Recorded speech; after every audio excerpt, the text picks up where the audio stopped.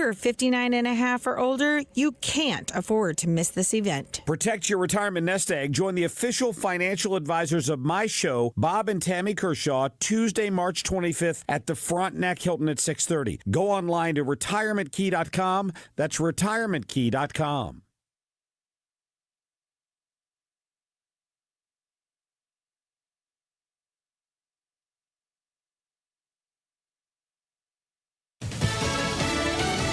Tariffs delayed. I'm Jack Callahan, Fox News. Just days after hitting Mexico and Canada with 25% import tariffs, the president is pausing some of them. President Trump says he will not require tariffs to be paid on most products coming from Mexico. In a social media post, the president says the agreement will last until April 2nd and is being done out of respect for Mexico's President Claudia Sheinbaum.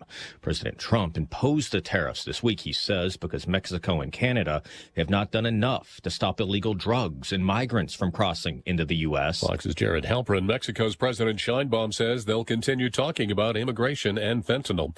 White House Press Secretary Carolyn Leavitt says it's fake news. Reports that President Trump would sign an executive order today calling for the elimination of the Department of Education. He still believes states should control their own schools, but closing the department would need congressional approval. The House has sanctioned one of its members for behaving badly. 10 Democrats voted with all House Republicans to censure Congressman Al Green of Texas. A number of Democrats surrounded Green after the vote while he held his cane in the air. The House to come to order. Clear the well, please. Clear the well. The House has to continue its business. Green was removed by the Sergeant-at-Arms after heckling President Trump during his joint address to Congress. Fox's Ryan Schmelz at the Capitol. House Speaker Johnson telling Fox. It was a deliberate action. It needed to be met with swift punishment. That's the tradition of this place to maintain decorum. The Speaker also says they hope to vote next Tuesday on a continuing resolution to extend the government's spending authority beyond its expiration a week from tomorrow. Hamas responding to President Trump's ultimatum to release all of the Israeli hostages immediately, saying it will free them only when there is a lasting peace in Gaza, and warns military escalation could lead to hostage deaths. Wall Street down sharply, the Dow off nearly 500 points. America listening to Fox.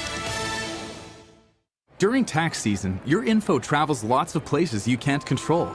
W-2 arriving from payroll platform 3. Everything criminals need to steal your identity is on your W-2. Last call for accountant at home office, 1 minute. LifeLock monitors hundreds of millions of data points per second. Tax preparation data centers with service to IRS. All aboard. If your identity is stolen, we'll fix it guaranteed, or your money back. Save up to 40% your first year with promo code NEWS. Visit lifelock.com. Terms apply. I'm Kareem Abdul-Jabbar. I learned about atrial fibrillation the hard way. My symptoms would come and go. Shortness of breath, fatigue. I kept going. Then I got so lightheaded, I couldn't. My doctor said I have AFib, so I'm about 5 times more likely to have a stroke. Other symptoms, irregular heartbeat, heart racing, chest pain can come and go, but the risk of stroke stays. If you have symptoms, tell a doctor. Visit notimetowait.com. Sponsored by Bristol-Myers Squibb and Pfizer. Air Comfort Service, heating, cooling, and insulation. Weather. A mix of clouds and sunshine this afternoon, but I want to put the emphasis more on the clouds. It's chilly, it's breezy, but not windy like yesterday. 49 for the high. Tonight, cloudy skies, 38. Friday, maybe an early morning rain shower. Otherwise, partly sunny, breezy from the south. 61 on Friday. Saturday, sunny and 53. Sunday, sunny and 58. This is 97.1 FM Talk. Chief Meteorologist Dave Murray.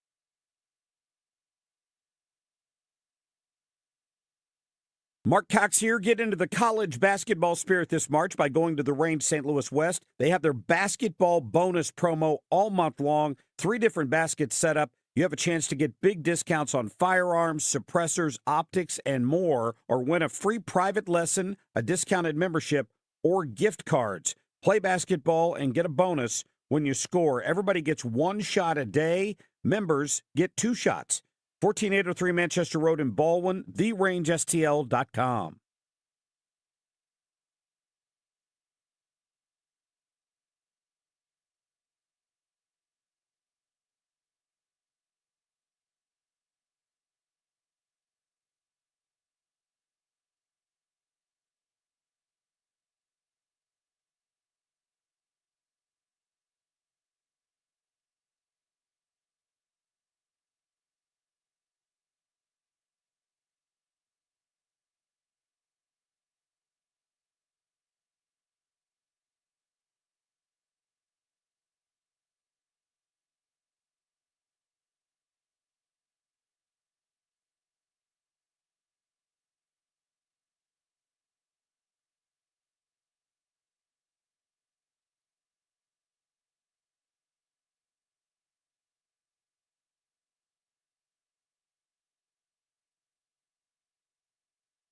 If better health, more energy, and detoxing your body are some of your priorities this year, get Active Liver today and start the year off knowing you're giving your liver some well-deserved relief. You can find Active Liver in stores at your local CVS or online at Amazon or NewNordicUSA.com.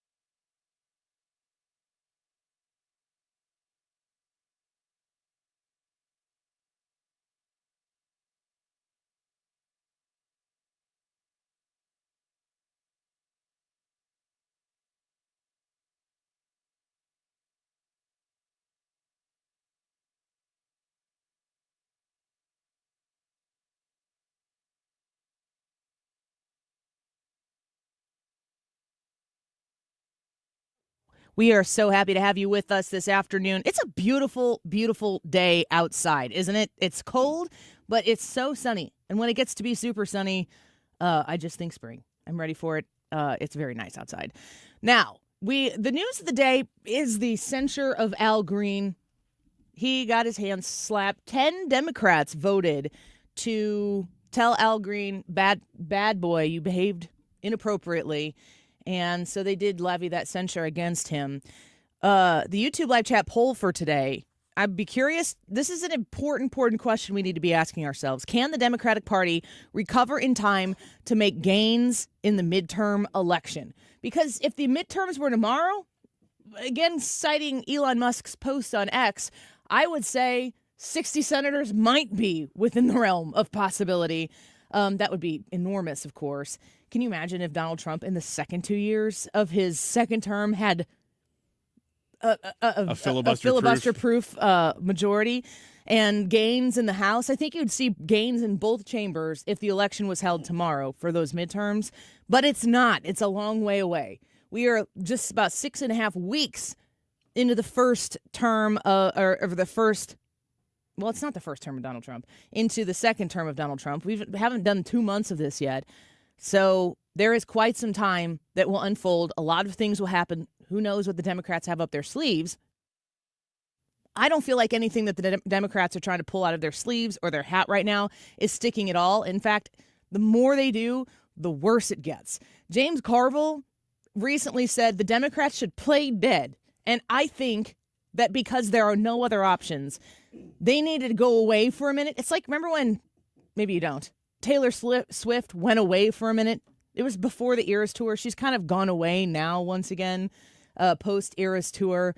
If you ever have somebody who's just oversaturated in the entertainment industry, they're in all the movies, they're out there everywhere, they need to go away a little bit so that when you see them again, you're like, oh yeah, you remember the good times. Absence makes the heart grow fonder.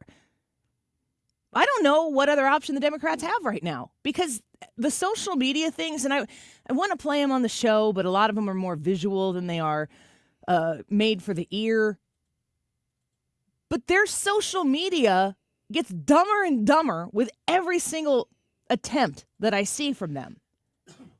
I really don't know what the Democrats can do right now because nothing that they're talking about really even surrounds policy. It's just hate Trump, and people like him, so they're losing.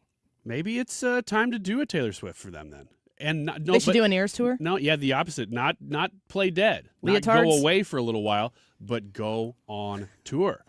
The Democrats coming to Enterprise Center, at the end of March or whatever. We announce it. We say anybody want to go to see the Democrats in Congress at the Enterprise Center, and they would be performing "Which Side Are You On? Which Side Are You On?" And then other hits. Maybe James Taylor would be there. Sure, why not? What else is he doing? One of the things politically that I have the most recollection of in the last 15, 20 years is Fight Song. Oh, yeah. Fight. This is our fight song. Oh. Take back our right song. And then there are like celebrity after celebrity, and they're super feeling it. And if you're watching, you're like, I'm not feeling it. and it keeps going. Those things should be like 30 seconds. That's the most you get. You might fool people into thinking, well, that was kind of fun. That person can sing more than I thought that they could. But it's not. It sticks, but not the way you want it to. And in that case, all publicity is not good publicity. I've been thinking a lot about this because within the last 48 hours was it when all the Democrats, there's like 26 Democrats who put out the same video with the same cussing. All holding the mic. Yeah. The little lapel mic. It's supposed to be pinned to you. If I were John Fetterman, I'd repeat that in the exact same setup way, but I'd get the biggest microphone I could, and I would say something very different in the script. I would change the script, but I would be like, listen, here it is. Apparently, Elon Musk put on X, he goes, I will give a Cybertruck to the person who tells me who is behind this. And Senator Cory Booker is like, I'm the one who did it. You can keep the truck. Cory Booker, there are a few times that I will tell you that Senator Cory Booker does something. I'm like, okay. Maybe I don't agree with the policy, but he seems like a passionate dude. Wasn't he the mayor of Baltimore? Am I making that up? That sounds familiar. He seems like a guy who's super passionate. Seems a little bit more genuine than some of the others. He doesn't, but he goes all in. He's so passionate that sometimes I'm like, I'm uncomfortable right now. He apparently went to Schumer or something and said something to the effect of, we're getting our arses handed to us on social media, in podcasts. We need to compete here. What did you get? Newark, New Jersey. Newark, New Jersey. That's right. Wrong state. He has acknowledged the fact that conservatives are choosing to listen to, no, I should put it this way. People are choosing to listen to conservative or right-wing or libertarian or alternative entertainment sources that are not in line with what the Democrat Party wants. That's what people are choosing. And it makes me think about conservative talk radio, which, thank you, Rush Limbaugh, became the name in the game up until the internet really made its play and social media made its play the way it does. People listen to conservative talk radio. People did not listen to Air America. I listened to Air America for, I don't know what it was, maybe 18 months, because I used to have to board operate for the Randy Rhoads show, and Neil Bortz was on that station. He was like libertarian. What's his name? Al Franken? That's the only name I remember from Air America. I had to do that, and it was on a station that nobody could hear. 1190, KRFT 1190, which it doesn't exist in that capacity anymore. And I made minimum wage to board op that, and I always said to people, the only way I'd listen to Air America is if people paid me. And they paid me barely, but they did pay me to listen to it. It was so miserable to listen to that all the time. And I was listening to Air America when Barack Obama, that was when Barack Obama got elected. I was a daily Air America listener, one of them. But it's not a successful entity because people don't choose to listen to it the way they choose to listen to conservative talk radio. Fast forward, that was in 2000. I worked at that station from the May of 2006 till February of 2009. And when you fast forward almost 20 years, and the internet has boomed, and podcasts have boomed, and social media has boomed, and YouTube, like there are so many things that you can do right now. It's not ironic at all that people still choose conservative or at least non-hyper-liberal outlets to give their time to. Which makes me think, Senator Booker and Democrats, pay attention. Maybe it's your message. Maybe it's not the presentation. Maybe it's not your presence that is in the market. It's not that your absence is causing people to not listen to. You've tried it before. The podcast for lefties exists. The radio shows for lefties do exist. But people don't listen to them the way they listen to, and I'm peanuts compared to the large swath of people who could be on the air at any given time throughout 24 hours of the day doing live broadcast radio. I have my toe in, and I'm very grateful to have that opportunity. But you don't see people on the left having wildly successful platforms because people don't like the message. Their message is what? All I can think of is Trump hate and, this far radical version of reality that people have said for years now. We understand that people might want to live their life differently than we do, but that's not for me. And then you get smacked around until you have to surrender to it and openly confess and put the sign in your yard to remind people that you're not hateful people. Because the default, if you're left, the default when you see people is they are hateful people until they've proven, at least in that day, that they're not. And then you got to prove it again the next day and the next day. And who wants to be around that? It's so toxic. It's not hopeful. And when you compare it to the joint address speech that Trump gave 2 days ago, full of positivity and hope, real positivity and hope, like measurable bullet points. This is what we've done. This is what we're going to do. It's not a fantasy. It's not abstract. It's concrete. Maybe that's why people subscribe to a more right or right of center interest in entertainment that exists right now. Why would you want to spend extra time being miserable? Because that's the current state of the Democratic Party.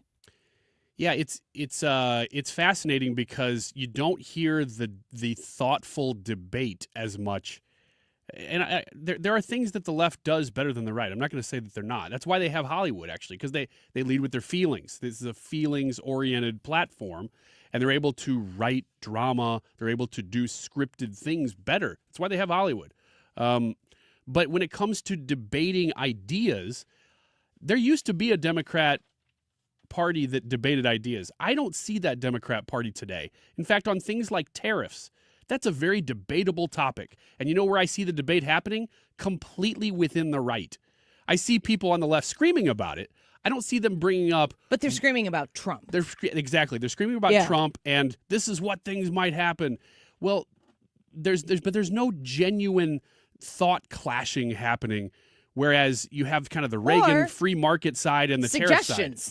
Yeah, because I'm the kind of person, I think you guys are too, you would be willing to entertain those thoughts and actually engage in them because it's thoughtful debate. When you do that, you refine your own thoughts. Exactly. You might find out, I was really right about that. Or I was really wrong. Or I was really wrong. Or what if we could do both? Whatever that case might be. But you have to have open-minded discussion. You have to be willing, like you're saying, to be open-minded about it as well. And it is taking place on the right. There's certainly people debating on the right. I mean, Steve Moore, who's with us most Mondays on the show, who is an economic advisor to the Trump administration, has been in the past and is again, he's not really a tariff guy. He'll always say, Annie, I'm a free trade guy. He's going to say that every time we talk about tariffs. But it's It's a debate. It's a debate that is happening, just like you said, Ryan, on the right side of the aisle, and it makes it better because of that. When it's to me particularly offensive to the American people, but really it seems like it's more directed towards the Democrats. That the Democrats should be offended by it. That somehow or another, when you have, we got a real problem with our social media outreach here on the Democrat side. We need to do something. We need to do better. What could we do? They take, what was it, congresswomen, maybe senator women, I don't even know who they were. And they're like, let's make, I told you yesterday, it's the women. They put them in a Mortal Kombat fighter pose and have them like dance back and forth like they're a fighter in a game or whatever. Whatever. They just kind of sway. Yeah. They just stand there Which waiting is for you to be chosen. I mean, Mortal Kombat, for sure, that's something that a lot of people know, but that type of stuff happens in Fortnite and other games where if you're like looking at who your avatar is, they're like moving a little bit or whatever. Now they also dance. I don't know if that happened in Mortal Kombat. No, that's very much a Mortal Kombat thing. I know it is a Mortal Kombat thing, but I'm saying it's not exclusive to Mortal Kombat. Like games, like if you have a fighter to choose or something like that, or a character, an avatar to create, they have motion, they have personality, and they're trying to adapt that thing, and it does not. The word is cringe. You're like, oh, I don't think that's what you're going for. Yeah, because it looks like somebody said, oh, bob back and forth like a video game, and it looks like maybe 90% of them have never seen a video game. It looks like hello, fellow kids. Yeah. The first one. I'm down with it. The first woman in that video, she looks like she kind of understands, this is what a Mortal Kombat character does. The first woman in that video was an influencer, not even a representative. The rest of them, they don't look like they know. And they look like they're not too sure that they should be doing it either, which is maybe why they didn't sell. I don't know. The question we're asking you today on the Annie Fry YouTube channel is, can the Democratic Party recover in time to make gains in the midterm election, yes or no? Because if you're looking at them and you think, wow, man, they're down and out, they do not get it right now. What do they got? A year and 10 months to get it straight or something like that? Maybe not quite that long, because I guess the election would be in November. Maybe 18 months to get it straight? 18 months is a lot of time in the news cycle that we're living in right now. Lots of things could happen. And if the Democrats do have time to get their act together, how are we making sure that the Republicans stay sharp? Because right now, iron is not sharpening iron, at least not between the two parties. As Ryan pointed out, the Republican Party can try to keep itself sharp, but if they get complacent because the Democrat Party didn't even show up for the fight, that's going to be a problem. And the Republicans need to be paying attention to what they're doing, making sure that they continue to deliver even in the midst of a Democrat Party that doesn't seem like they're in the game at all. A lot of time before the midterms. Do you think that the Democratic Party can recover in time to make gains in the midterm election? Go onto the Annie Fry YouTube channel and vote there. When we come back, Hans von Spakovsky is going to be with us. Looking forward to talking to him every week.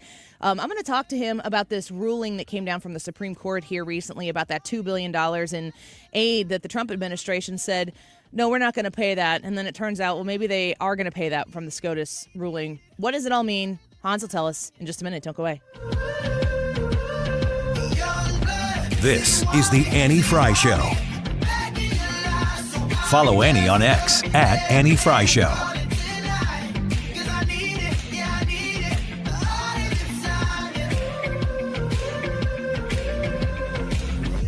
Conversations end like it's the last goodbye.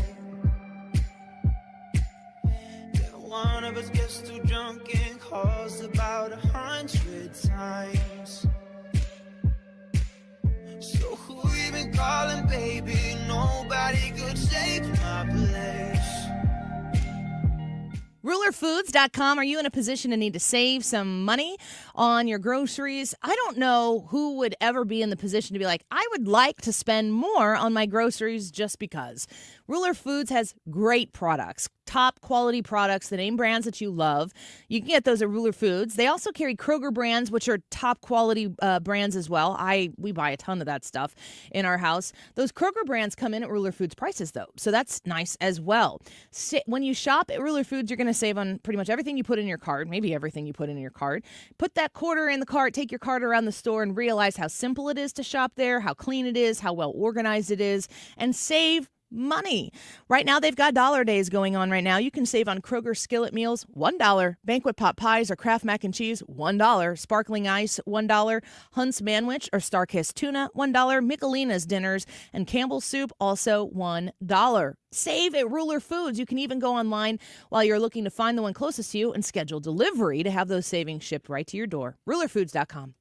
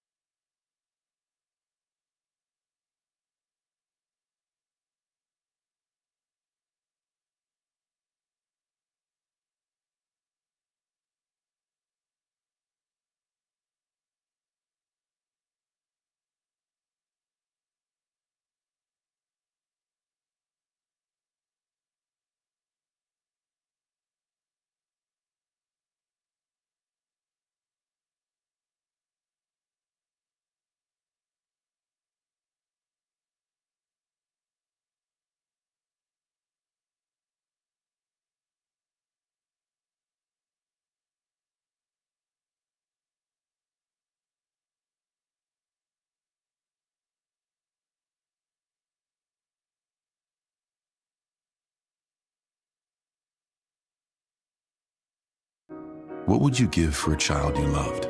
To make their wish come true? To help them fight a critical illness? Just imagine what you'd do. You see, wishes are so powerful, and you can make them real. They can give a child back their childhood, even change the way they feel. Every single one of us can make the stars align. Because when we come together, hope and joy will shine. Wishes need stars like you. Visit makeawish@wish.org.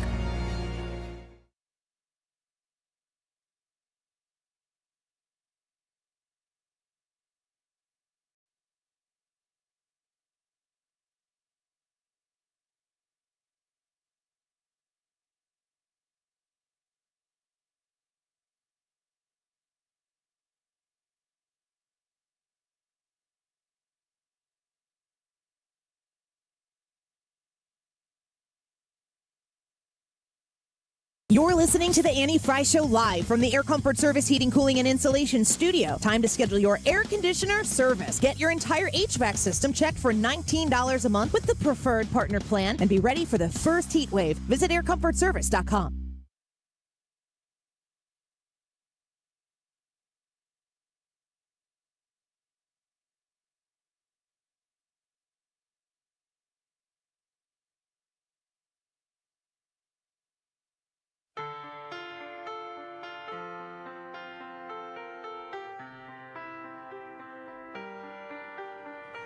I let it fall, my heart.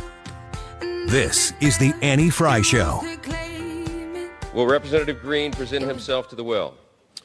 By its adoption of House Resolution 189, the House has resolved that Representative Al Green be censured, that Representative Al Green forthwith present himself in the well of the House of Representatives for the pronouncement of censure, and that Representative Al Green be censured with public reading of this resolution by the Speaker.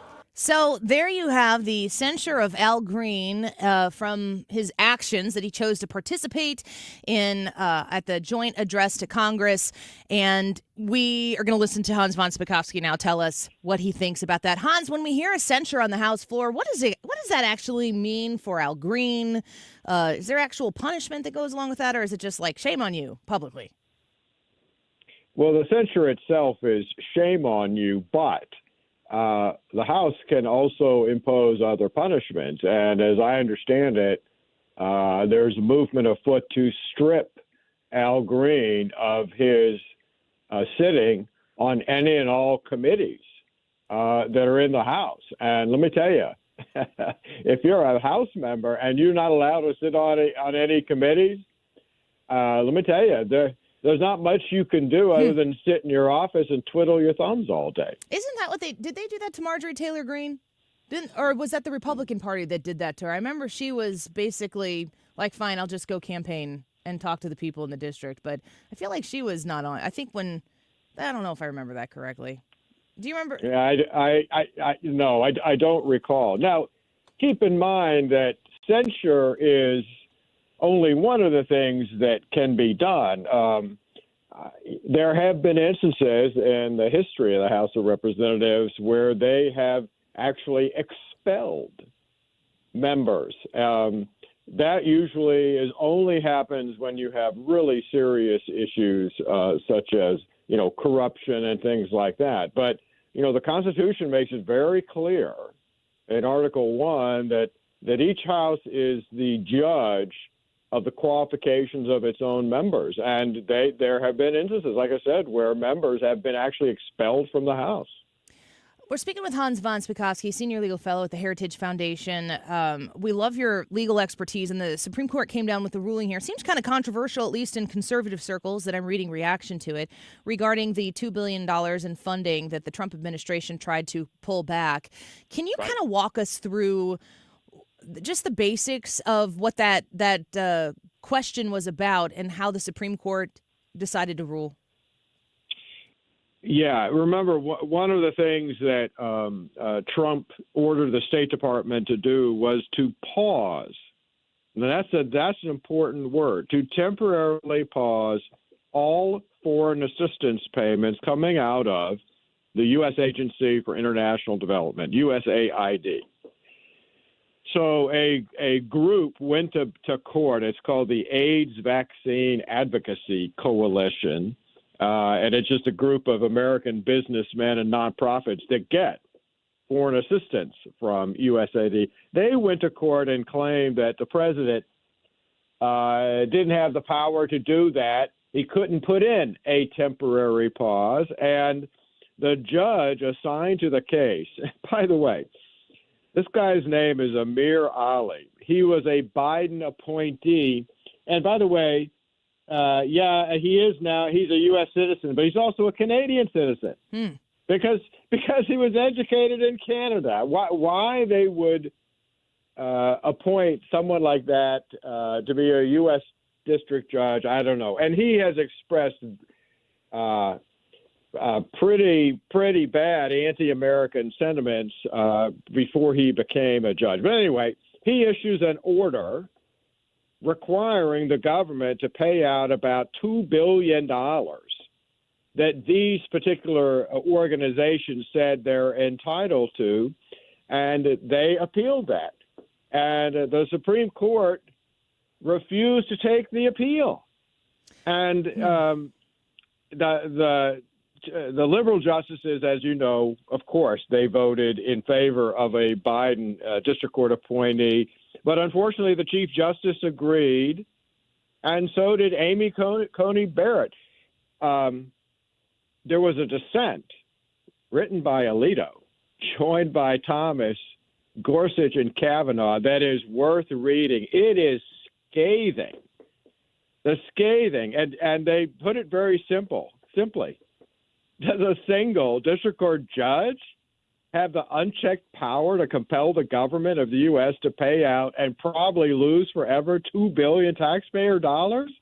The answer to that is an emphatic no, but a majority of this court apparently thinks otherwise. I am stunned. Those are the words of Justice Alito, and everyone should be stunned. I cannot believe – look, the Chief Justice has made bad decisions like this now on numerous occasions. And when it comes to Amy Coney Barrett, I cannot believe she went along with the Chief Justice on this. In fact, I have a feeling, somebody once asked Dwight Eisenhower what was the worst mistake he made while he was president. He said, appointing Earl Warren to the U.S. Supreme Court. And I suspect right now that if somebody were to ask Donald Trump about that, what was the worst mistake he made in his first term, he would say appointing Amy Coney Barrett to the Supreme Court. Ooh, we're speaking with Hans von Spakovsky right now.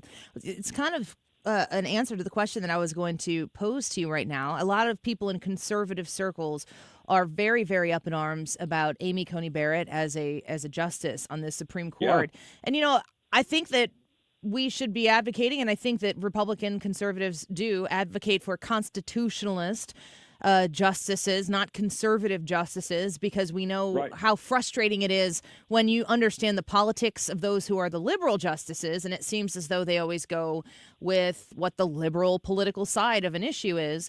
Sometimes in the Constitution, they might choose to go obviously look at what is in the Constitution, and it doesn't necessarily favor the conservative side because they've erred on the side of freedom or whatever it might be. Do you feel as though Amy Coney Barrett has she adhered greatly to the Constitution? Is she weighing in with some sort of bias here politically that is causing her to disagree with some frequency with what the right thinks is the right thing to do? I think she's just making major mistakes and major errors, and I'm just shocked, stunned, really, the same way Justice Alito is at her naivete. I guess that's the word I would use, and her failure to act with the boldness needed. I mean, look, think about what this case is all about. Okay, whether or not you think this foreign aid money should be paid out or not, that's not the issue. The issue is that you have a lone federal district court judge saying that he has more power to spend federal money appropriated by Congress than the president of the United States elected by almost 80 million Americans. That is so unconstitutional. It's just, like I said, stunning to me that the Chief Justice, John Roberts, would allow this to go on, and the reaction was the same. Now, look, it wasn't all bad news last week. The Trump administration actually had good news in another case where a 3-judge panel of the Court of Appeals of the District of Columbia overturned a decision by another federal judge. This time, an Obama judge had told the president that he couldn't fire the head of the Office of Special Counsel, who was a Biden political appointee, and who, by the way, was interfering by telling the president that he had no power to fire other federal government employees. And again, so you had the same situation. You had a Biden political appointee at one minor federal agency saying that he has more power than the president of the United States. Hans, this is right. I'm glad to hear the good news because I was trying to find a silver lining in the 5-4 split on the USAID money. And tell me if I'm interpreting this right. It's not that the Supreme Court ruled against the Trump administration. It's that they simply chose to leave the lower court opinion in place, which means they technically didn't say anything about it, right? Yeah, that's right. But what Alito said, and I think he's correct, is that this is such an outrageous abuse of power by the lower court, the district court judge in this case, the guy who's a dual American and Canadian citizen, that the court should have, and in fact was obligated to step in and stop this abuse of power. That's what Alito and the other 3 justices who dissented said. And I think that he's right. Hans, as we're watching this first, 6 weeks of the Trump administration, has the Supreme Court stepped into any of this, check on powers that we're kind of watching play out? Have they stepped into anything yet?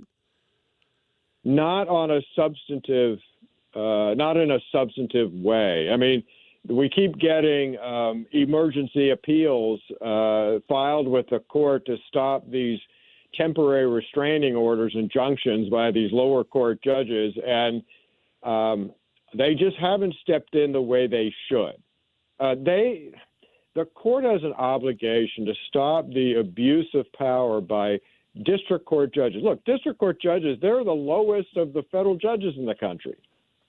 And to think that they've got more power than the president of the United States and that they can order the president to pay out, for example, here in this case, $2 billion, or to tell him, no, you can't find a Biden political appointee. The Supreme Court needs to step in and stop this kind of abuse. And Justice Alito showed that, they need to do it. And he is extremely disappointed that the Chief Justice and Amy Coney Barrett didn't do what they were obligated to do and to stop that kind of abuse. Well, Hans, we appreciate you for breaking that down for us because a lot of people are looking at that, and I think it's a head-scratcher for folks who are trying to follow this. There's always nuance to it, and that's why we love your expertise. Hans, thanks for being with us today. Sure, thanks for having me. Of course. We'll talk to you again soon. Hans von Spakovsky there with us, as per the usual, on a Thursday afternoon, the Senior Legal Fellow at the Heritage Foundation. Let's take a quick break. That YouTube live chat poll is up and ready for you to join us on the Annie Fry YouTube channel, youtube.com/@AnnieFry, Frey. We broadcast live there every day, and it's a great way to stay connected. So go subscribe to the YouTube channel, and in our broadcast today, in the live chat portion, is where we have the YouTube live chat poll. Can the Democratic Party recover in time to make gains in the midterm election? Yes or no? It's important. We need to be paying attention to this. Curious where you land on this issue. Let's get to Wiggins America next. Don't go away. This is the Annie Fry Show. Follow Annie on X @Annie Fry Show.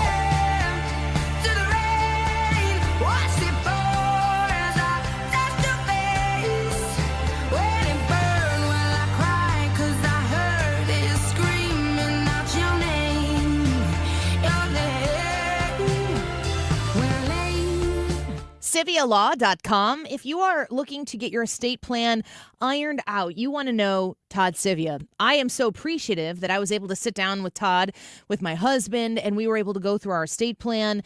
Listen, if you have dependents right now, you cannot put this off any longer. Maybe you're not going to do the whole trust thing. Maybe you're not going to go through and, get like the hugest estate plan package done that you could possibly imagine. Maybe you think, I don't really have a whole bunch of huge assets or whatever. If you have dependents, if you have a home, if you have assets that you want to protect, maybe an investment that you want to make sure that you are making the smart decisions with when it comes to protecting your estate, you want to avoid probate on the untimely death, you need to make sure that you go to somebody who you can trust. And that is Todd Civia. I promise. I'm a client of his myself. You'll be very glad that you had somebody like Todd to connect to. And he's in Missouri. He's in Illinois. And he's on the phone waiting for you right now. 833-995-WILL. 833-995-WILL. Call Todd. Tell him Annie sent you and get your strategy session booked. CiviaLaw.com.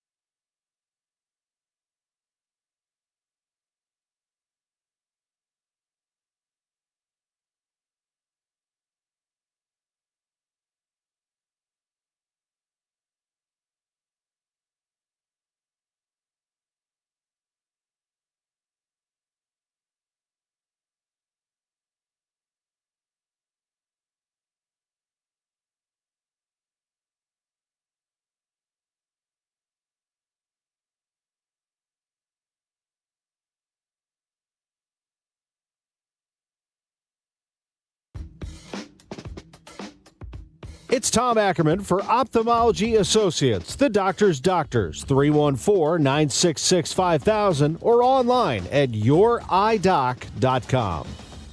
Just a reminder that we're looking forward to seeing you if you've got tickets to Brian Kilmeade on Saturday, March 22nd. If not, we would like to see you there, Saturday, March 22nd, Brian Kilmeade at the Factory. You can get tickets at 971talk.com/events. And guess who's going to be on stage? Mark Cox and Mark Reardon. And then somebody else. Hey. I don't know who else, but I heard there was a third. Gosh, I thought you were going to say more. Okay, I'll just make fun of you. I have other things to do. You're busy. So if you haven't gotten tickets, 971talk.com/events. And a reminder that we did open up a few more VIP meet and greet experiences if you want to add that to your ticket. 12:43. This time check is sponsored by Jerry Kelly Heating and Air Conditioning. It's time for a $98 furnace tune-up.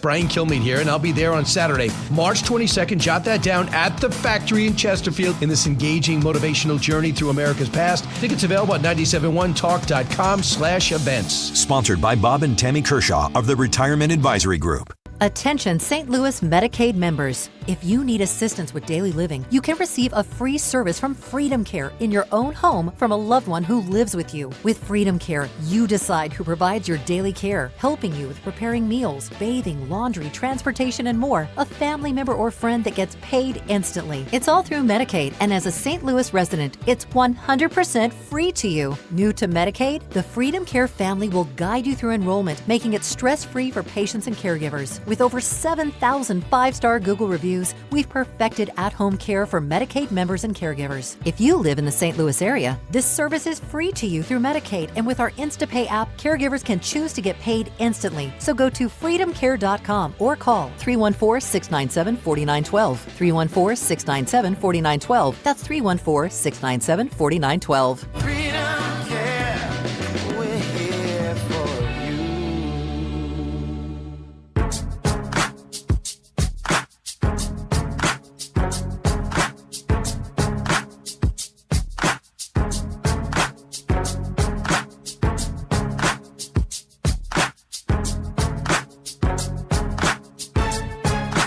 This is the Annie Fry Show.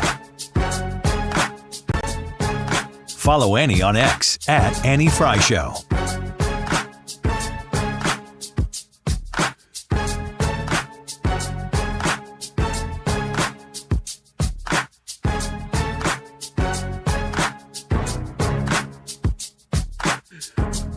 Are you playing this because of my birthday in September? I've canceled your birthday. Have you? Yeah. Oh, that's a shame. I like my birthday. Well, I figured you'd want to be 53 forever. Not funny. I think it's hilarious. Anyway. Wiggins! Oh! Wiggins! This is a topic that I do feel like is important. Most of the topics I bring up are pretty stupid. This one, important though. At least you're honest about it. This is how to talk to your teen, or if you are a teen and you're listening by chance, how to talk to your teen. Why are you not in school? Yeah, what are you doing? Maybe you should go to college. How to help your child decide if college is right for them. These are questions. Boy, is this a different topic than when we were in school. It really is. And that's why I actually think this is a very, very important conversation to have, because it was a given that you were going to go to college when you were in the 90s It and wasn't 2000s. a given, but it was the default.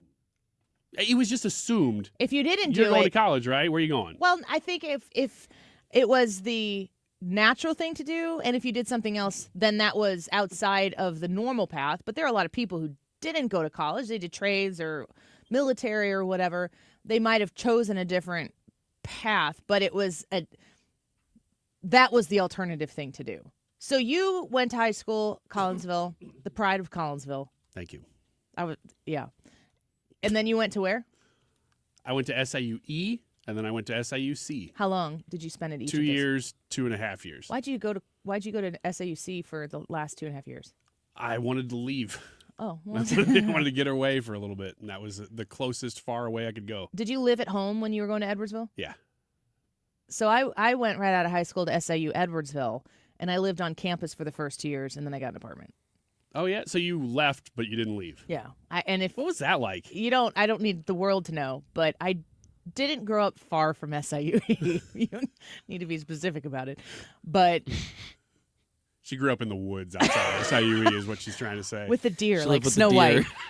So like Snow White, yeah. that's very nice. I picture you more like a caveman. I wish you're so rude. You're so rude. What about you, Ethan? You are how old? 24? 24. 24. You graduated from Civic Memorial, the pride of Civic Memorial. Bethalto. Yes. Go Eagles. Yeah. Just kidding. Kind of. I got no beef with you. Hey, we beat Metro and everything growing up, so you know, there's no beef here in my opinion. You know, it's all on Annie's side. Yeah. I wasn't even factoring Metro East Lutheran High School, which is where I graduated from. I was thinking more Edwardsville. Oh yeah, if it's Edwardsville, then we got nothing. We got nothing on you guys. Yeah. No beef. All pork like Washington, huh? Oh man, politics. Did you go straight to college?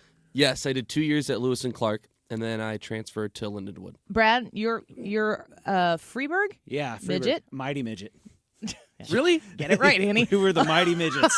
Is it still the Mighty Midgets, or is it just the midgets now? They're fighting over it now. Yeah, mightily. but amongst themselves no, or no, with no, no, outside no. There's groups? like a bill being introduced. I and would call it stuff like a that. small fight. Yeah. Wait, who's a introducing little dust up. Who's introducing the bill? A little tussle. The state of Illinois? No, it's a whole thing. Is it really? Yeah, and it shows up about every 5 to 7 years. And then it just goes away? And Freeburg's like, we're not doing that. Come and get it. Yeah. Wow. Did you go straight to college after high school? No, I had about a 3-year gap, and then I went to college. And the gap was because? I didn't know what I wanted to do. So you decided not to spend tens of thousands of dollars on exactly wandering? I did some junior college auto body classes, but I never went for anything more than that because that was just something I was interested in. And then I went into MOBAP to finish my degree. That's probably saved you some money along the way. All right, so MOBAP after Yo Gap. He took a gap. He had a gap. Don't explain it. So these are questions that you can ask your teen as they're getting ready to consider college, whether they should go to college or not. The first one is, of course, asking them about their career goals. At what point do you think a kid should have somewhat defined, even if not specific, career goals? At what age? Yeah.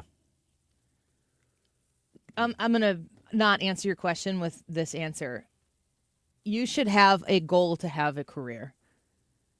Okay. But if you are 18 and you don't know what you want to do with your life yet, that's okay. Mm-hmm. Did you know?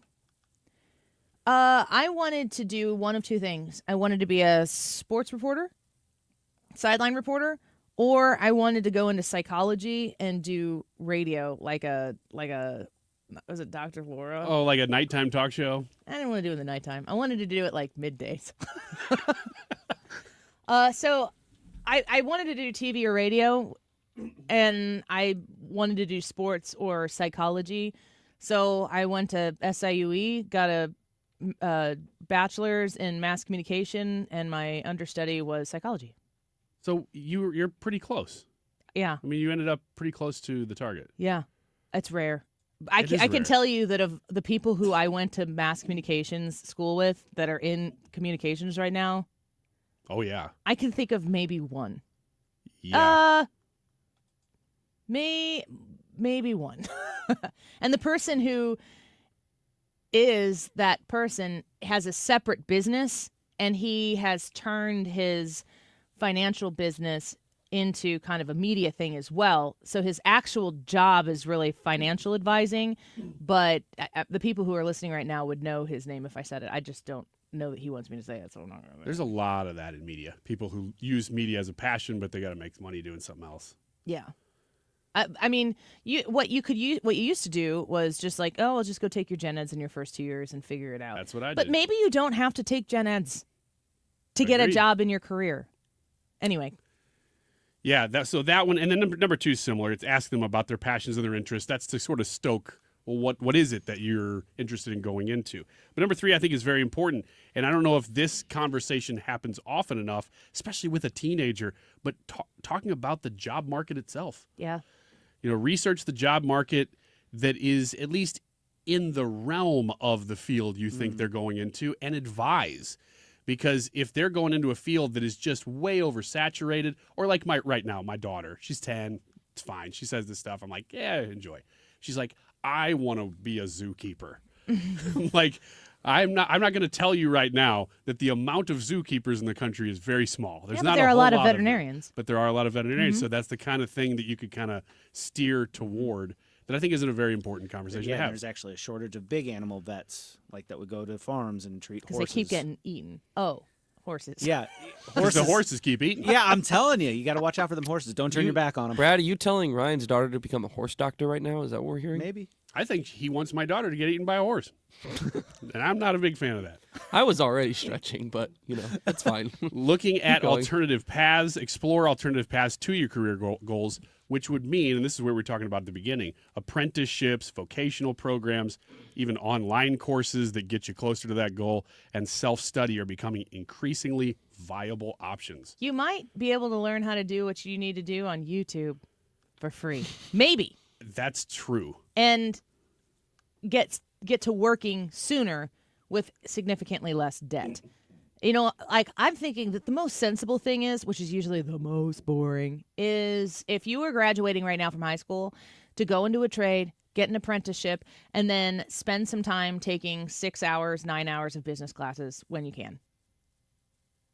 And then be making money right away, be paid to learn a trade, because by the time, if you graduate right now, if you finish your apprenticeship, I'm making stuff up, by the time you're 20, would that be doable if you've got 2 years into it or whatever, and you're a tradesman? By the time you're 40, the vast majority of people in the trades right now are older, our age or older. It's so hard to find. I hear this all the time from clients that I have or people I'm talking to. It is so hard to find people to do this work. You are going to be in such demand in 20 years. Oh yeah. And if you have the business acumen, like the learning that you need to do, and it has to be worth it. It's not, you can't be doing it to get a piece of paper. You do not have to go to school to be able to run a business. You have to know how to do it. But if you learn how to do a trade and you want to turn it into a business down the road, heck, you probably can buy somebody's business and go from there. If you have good work ethic, yeah, and you're in trades right now, you are number one with a bullet. I remember one time, nothing's going to stop you. Talking to Corey Malone. This was years ago. This might have been like pre-COVID. He was like, he wanted me to talk about, of course, air comfort service. But he's like, I can't find good work. He goes, I have people who show up to work and then they say it's too hot. He's like, Annie, I sell air conditioning. That's always stuck with me. And air comfort service has done such wonderful things and has continued to grow year after year because he's really great with his employees and people really want to work with him. But if you are good work, you are going to be fought for to be hired. Yeah, my brother's in the trades, mid-30s, and he's like fast track to the top because people are like, oh my gosh, you actually have a passion for doing this and you're young. And there's like you said, so many people retiring. On that same topic, number 7 here was networking and experiences. Did you guys do internships? Yeah. I did too. KFNS, Frank Cusimano. I did at a station called UPN 46. Oh, yeah. That station is gone. That was like the extra station you could maybe get in on your television. Yeah. That kind of sounds like the radio station. It was great. Yeah, it was a great place. It's like it exists in theory. They let me do everything because they're like, yeah, go ahead. If you adjusted the antenna on your television, Ethan, if you've never heard of this, then you could get in 46, and it was pretty exciting. What's an antenna? Mm-hmm. It's the things that slugs have on them and roaches. You had to go get them from bugs and lay them on your television to make them work. On top of the TV. I'm trying to think of what that would even be on a slug. They got little antennas. It would be gross. That's what those are ice stems. I don't know. Sneak a couple more in here. How about gap year? Did you do it on purpose? No. No, you just didn't know what you wanted to do. It was like gap existed. years. Yeah, I caught a lot of flack for not going to college straight out of high school. But I By didn't who? know everybody, because that's what you did. You got out of college and you went to high school, or you got out of high school and you went to college. And I didn't do that. My parents are like, you need to figure out something that you're going to do. Yeah. So did it help? The gap year? Yeah. Well, I mean, I didn't waste money getting Look at a him degree. now. in What are you something talking that- about? You It's kidding true. me? Did it help? It's Does true. a one-legged duck swim in circles? Actually, we should just do Dang it. That was really good. Ethan. Why are we playing the music now? Ethan's reading like toilet paper with funny sayings on it right now. What's happening? What, did you take a gap year or not? Did you? No. Well, But then Brad you have did, no and experience he's doing in that. Great. But look at him. You said it so doing confidently. great. You just want to get that phrase out. Tyrus and Congressman Mike Bost following that somehow. Next on the Annie Fry Show.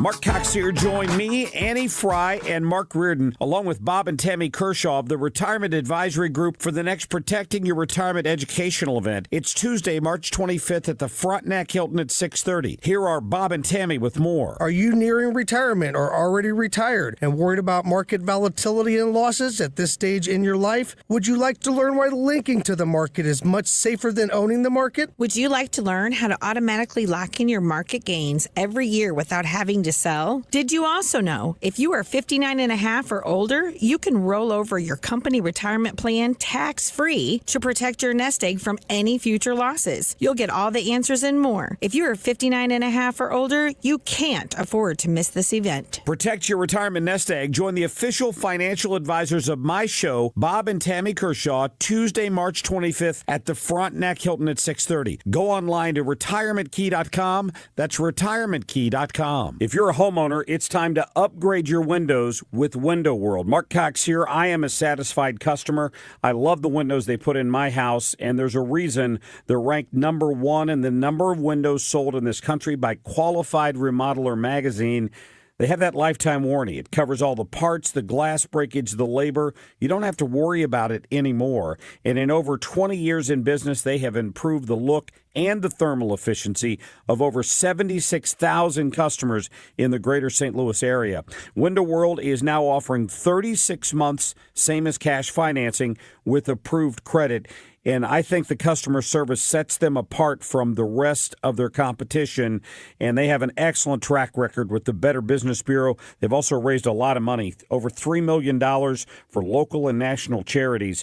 So be sure and check them out. Call them at 314-993-1800. Tell them Mark Cox sent you. You can also go to windowworld.com. KFTK FM Florissant from the Kaufman Townsley St. Louis's Injury Lawyers Studio. Call 314-500-5000. That's 314-500-5000. All on the free Odyssey app.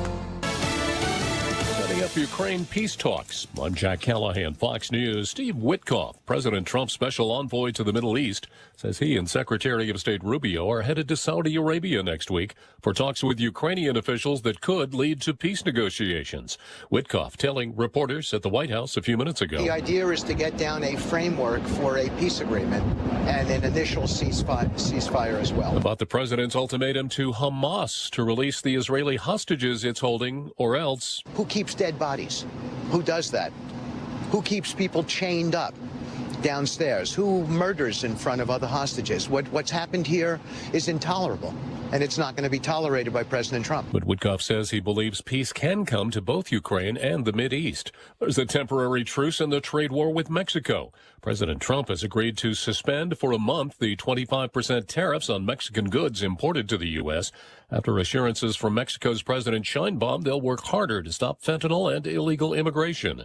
Presidential trade advisor Peter Navarro. What we want to see is Canada and Mexico crack down on China. The House Judiciary Committee has issued a subpoena to tech giant Alphabet and Company, Google's parent, seeking internal communications, as well as those with third parties during the Biden administration. Texas Democrat House member Al Green has been censured by the House for disrupting the president's speech to Congress on Tuesday night. By its adoption of House Resolution 189, the House has resolved that Representative Al Green be censured, that Representative Al Green forthwith present himself in the well of the House of Representatives for the pronouncement of censure, and that Representative Al Green be censured with public reading of this resolution by the Speaker. House Speaker Mike Johnson, Green, unrepentant, said he'd do it again. Wall Street, the Dow, down sharply, off more than 500 points. America's listening to Fox News. During tax season, your info travels lots of places you can't control. W-2 arriving from payroll platform 3. Everything criminals need to steal your identity is on your W-2. Last call for accountant at home office, 1 minute. LifeLock monitors hundreds of millions of data points per second. Tax preparation data centers with service to IRS. All aboard. If your identity is stolen, we'll fix it guaranteed, or your money back. Save up to 40% your first year with promo code NEWS. Visit LifeLock.com. Terms apply. I'm Kareem Abdul-Jabbar. I learned about atrial fibrillation the hard way. My symptoms would come and go. Shortness of breath, fatigue. I kept going. Then I got so lightheaded, I couldn't. My doctor said I have AFib, so I'm about 5 times more likely to have a stroke. Other symptoms, irregular heartbeat, heart racing, chest pain can come and go, but the risk of stroke stays. If you have symptoms, tell a doctor. Visit notimetowait.com. Sponsored by Bristol-Myers Squibb and Pfizer. Air Comfort Service, heating, cooling, and insulation, weather. A mix of clouds and sunshine this afternoon, but I want to put the emphasis more on the clouds. It's chilly, it's breezy, but not windy like yesterday. 49 for the high. Tonight, cloudy skies, 38. Friday, maybe an early morning rain shower. Otherwise, partly sunny, breezy from the south.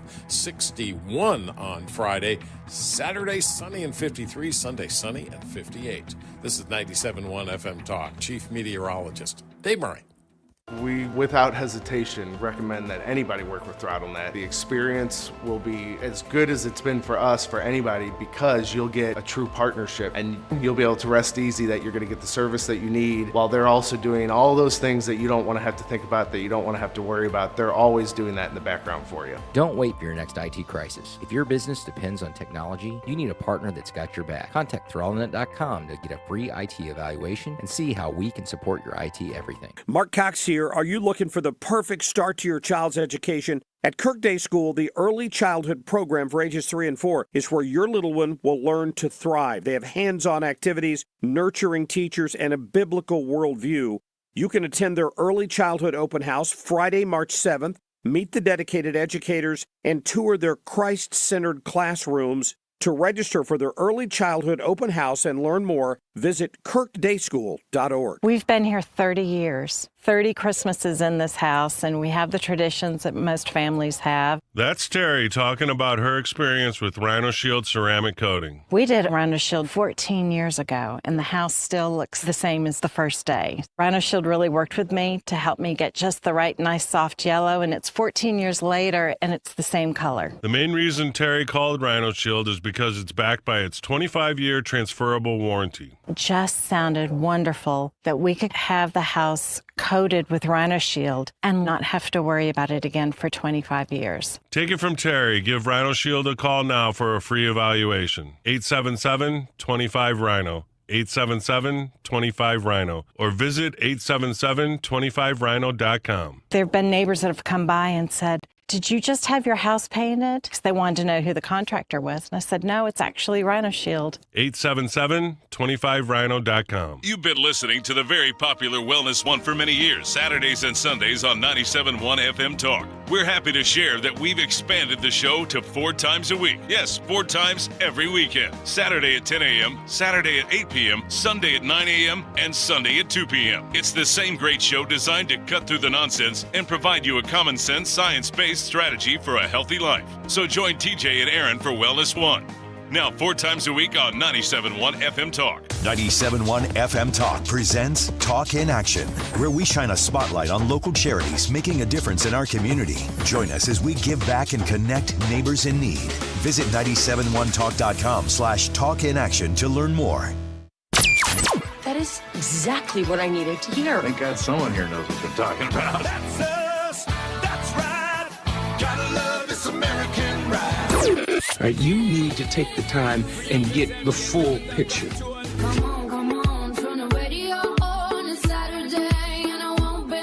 Don't get me wrong, I love the ladies. I mean, they rev my engine, but they don't belong in the newsroom. It is Anchor Man, not Anchor Lady. What do you want from me? I'm not America's sweetheart. Goodness sake, kid. Keep your voice down. Your father's listening to the radio. I'm not America's sweetheart. This is the Annie Fry Show.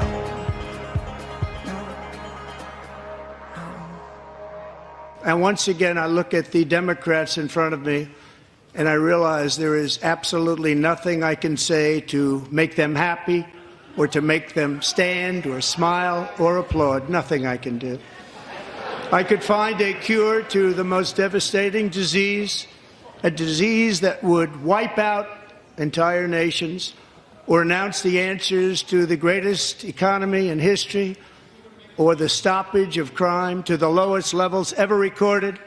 And these people sitting right here will not clap, will not stand, and certainly will not cheer for these astronomical achievements. They won't do it, no matter what. Five times I've been up here. It's very sad, and it just shouldn't be this way. You're becoming like my most stable relationship. Enough said. So Tyrus is back with us. You know him, of course, as a regular on Gutfeld, a Fox News contributor and host of Maintaining with Tyrus on Outkick. Tyrus, good to have you back. Always love talking with you. Always a pleasure. I want to get your thoughts on President Trump's speech this Tuesday and how he delivered his message, and also how he, like you heard in that clip, clapped back a little bit at the Democrats who couldn't find anything positive about him once again. No, and I even liked how he just turned his position and just spoke to the Republicans. It was a waste of time. And I think that is probably the most telling thing about the extreme left right now is that there is no reason to even waste your breath debating him and talking to him. And also that works in real life. Like people who just have propaganda in their head, that you cannot sway them. You cannot convince them. It's best just go about your day. Save yourself the energy. Trying to have an intelligent conversation or going over things that are good for this country. Listen, if a little boy who is kicking cancer's ass and his dream to be a police officer is made an honorary Secret Service agent, that doesn't get you to cheer. You are a deeply, deeply disturbed and angry person. And everyone who voted for someone like that needs to realize your child.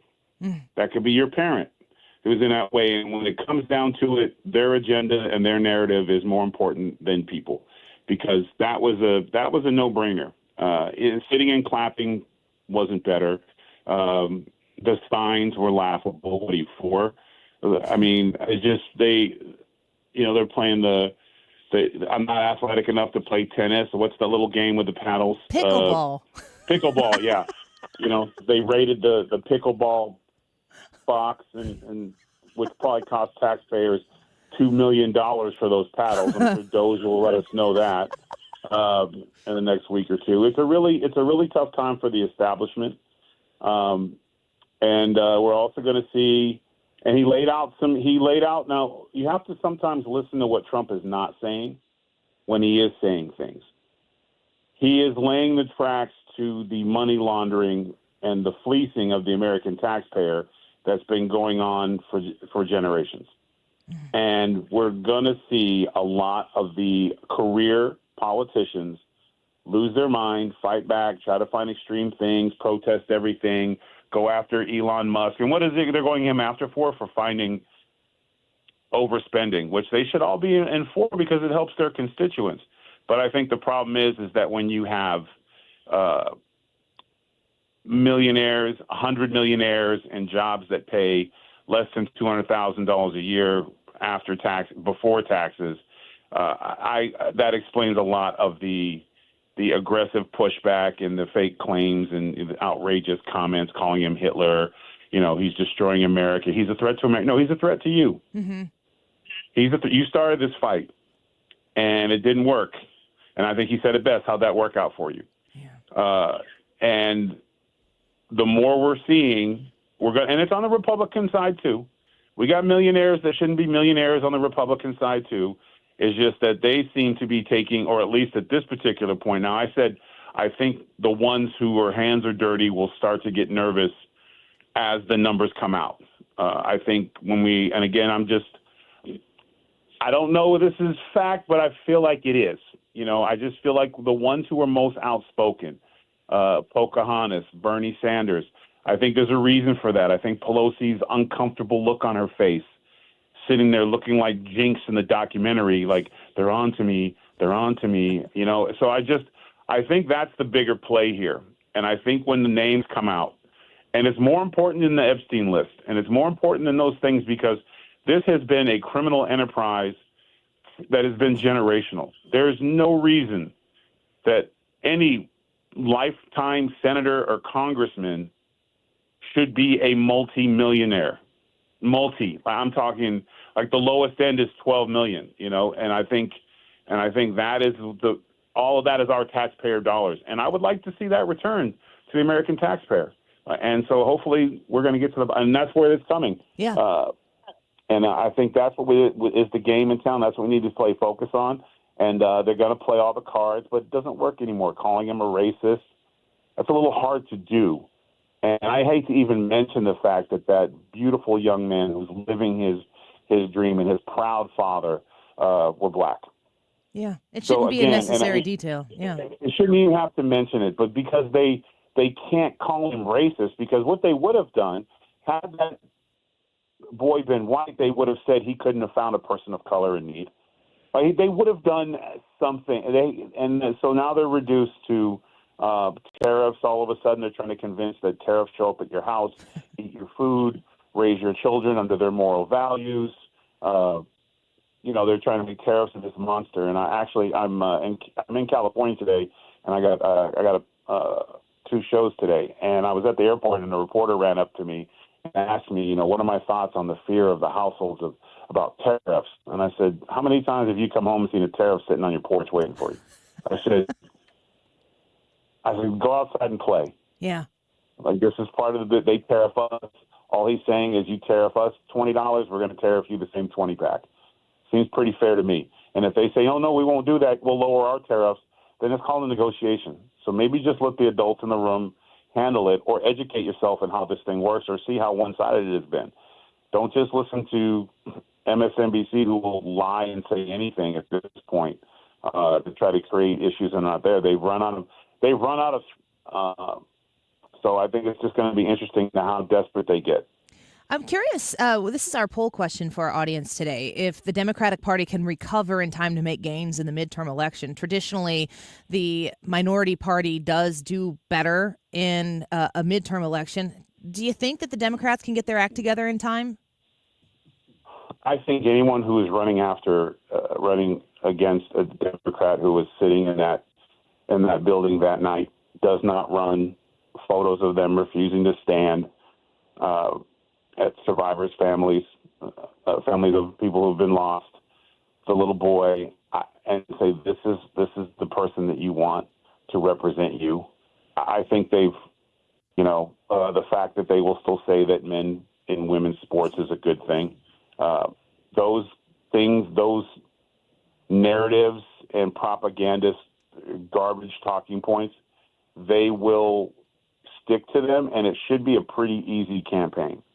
I think America is awake more than it has ever been.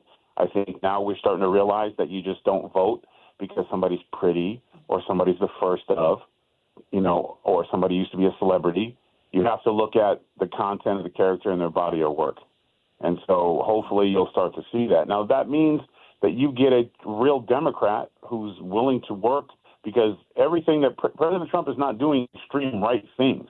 He's doing middle-of-the-road things. A good portion of his cabinet are Democratic roots. So it's not like he's not open to work to the other side. He literally will listen to a ex-wrestler smartass on Fox TV talking about, hey, what if we treated the cartel like terrorists? Wouldn't it be easier for the military? I mean, tax write-off for no taxes for veterans and police officers. And look what he's doing with taxes. So, I mean, this man will work with anyone. So instead of trying to load your pockets with donor money, because that's what it really is, the more extreme they sound, the more money they get. Do your job. Serve the people. Yeah. That's what the point of this was. But they're only serving themselves because, again, any senator that's on TV more than 2 or 3 times a week, that means they're not doing their job. Yeah. You want to be a pundit, get a job. There's like 1 million open in MSNBC. So, yeah. Your job. You're spot on. Of course, you're spot on. Tyrus, we love to hear you're still touring. Look forward to when you get yourself back to the St. Louis area, of course. We'd love to have you. And love seeing you on Godfellow. Pappies, I am missing you. Pappies is always happy to have you. They're always thinking about the next time to get to visit with Tyrus. So come back soon and enjoy California. It's beautiful there. Hopefully they can get things. Maybe you can fix California while you stop by. 2 shows, you should be able to do that. Hey, you know what? Real funny. So the other night, I got like 3 weeks ago, time flies when you work. I get a text at 2:00 in the morning from the president who says, hey, bro, I just filled California up with water. Governor's pissed, and sent pictures, LOL post. Who doesn't love this president? I just filled California up with water? That's hilarious. Governor's pissed, LOL. Here's pictures. Post them. That's our president. That's our president. And you know what? I always think of you before the election. You were out there saying this isn't even close, and nobody else was really listening to country music, drinking a beer. That's with true. My hand in my fish pond. I saw that video. I wasn't even watching TV. There's no point. It's over. And because the American people have been completely awake and caught up in the feelings and stuff. And unfortunately, I think we all went through it. But to be honest with you, I think it was good for the president too. He's much more decisive. He's less combative. He's working with people that probably 6 years ago he would not even think about working with, which is better for the country. So I think all around America, we went through a tough period, but I think we have perspective now. And I think everyone is feeling the excitement about getting back to being American, going back outside, enjoying your family. If faith is your thing, being able to support your faith, doing your job, getting an honest day's work for an honest day's pay, not having to worry about somebody working under the table and all these other things. And our borders are safe, because safe borders lead to so much any other things. And it's a good feeling right now. Well, we are always excited to have you on the show, and we hope you kill it in California. Thanks for being with us and fitting us in. We always appreciate you. Thank you. You guys have a great week. Go Red Sox. Oh, come on now. He snuck that in. That was really sneaky. Yeah, it was kind of right out the door. That was like he made a hard choice there. Did he say that and then hang up? I hung up on him. Oh, did you? Well, maybe you made a choice. I have to end the conversation. He said he had 10 minutes. He gave us like 12 or 13. I don't know. He kept going. Well, he's generous until the Red Sox thing. We say our pleasantries, a little behind-the-scenes thing, and I want to hang up on them when they click, so you don't hear that boom that happens when. Yeah, that's good. Thank you. Michael Winslow's going to be here tomorrow. Are you practicing? I am. Don't do that. I'm gonna say, Michael, listen to what it sounds like when we hang up the phone. Don't show him your tricks tomorrow. Why? So it would be great. Michael Winslow is the voice guy that I know from Spaceballs. I was going to say Airplane. He's an airplane too, isn't he? I don't know. Is he?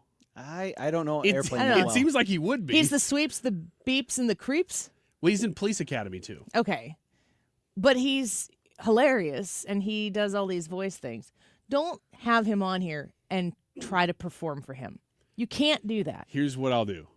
I'll just record a bunch ahead of time and then play them back for him. And have him It should just be regular sound Don't effects. do that. That was me saying that. It was like an amazing explosion. Don't do that. This is me doing dubstep. Everybody, it's just like a real song. Everybody listening will have secondhand embarrassment for you. That's okay. As long as they're listening. Oh, well, Michael Winslow. Yeah, Michael Winslow. On the show tomorrow with Ryan Wiggins. Great to have Tyrus on. Go Red Sox. Still a Tanner Houck fan. Collinsville boy. Doing very well for the Red Sox. Quick break. When we come back, we're going to speak with Congressman Mike Bost. We're going to ask him about that joint address, what it was like to be in that room. He can give us that firsthand account and tell us what it's like to be censured in the House of Representatives. I don't think he's ever been censured, but he was there for it, and he can let us know the latest of what the Republicans are working on with their incredibly small majority. We'll have Congressman Mike Bost on the Annie Fry Show next.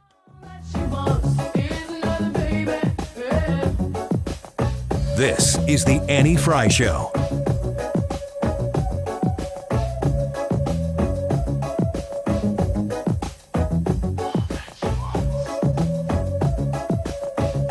The Annie Fry Show is streaming online. Watch us live on YouTube and subscribe. Yet another reminder to pick up Andrea's steak sauce. And you know what I should talk about more is the barbecue sauce that they just came out with about 2 years ago now. It's pretty new.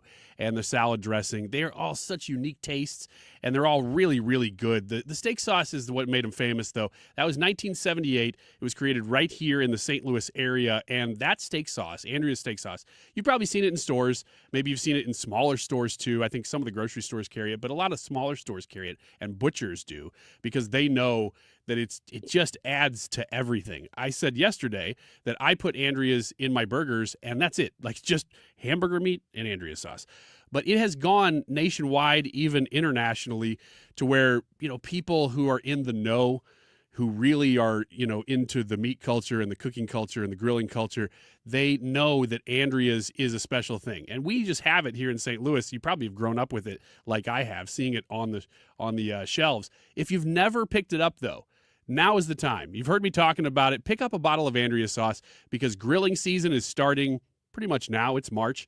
While you're at it, if you see the barbecue sauce and the salad dressing, you need to grab those two. Get the trio. You can get all those at area grocery stores or at andreas.com. This is attorney Todd Nissenholtz of Kaufman Townsley. We know the loss and the cost of an accident because when an insurance company offers a lowball settlement, we go to war for you and take the fight to the insurance company. Call 314-500-5000. And a lot of people, when they come in, they'll say, I'm usually much more active, but since I've been in pain, I've had to limit the activities I'm doing. You're listening to Janelle, an arch support specialist at the Good Feet store.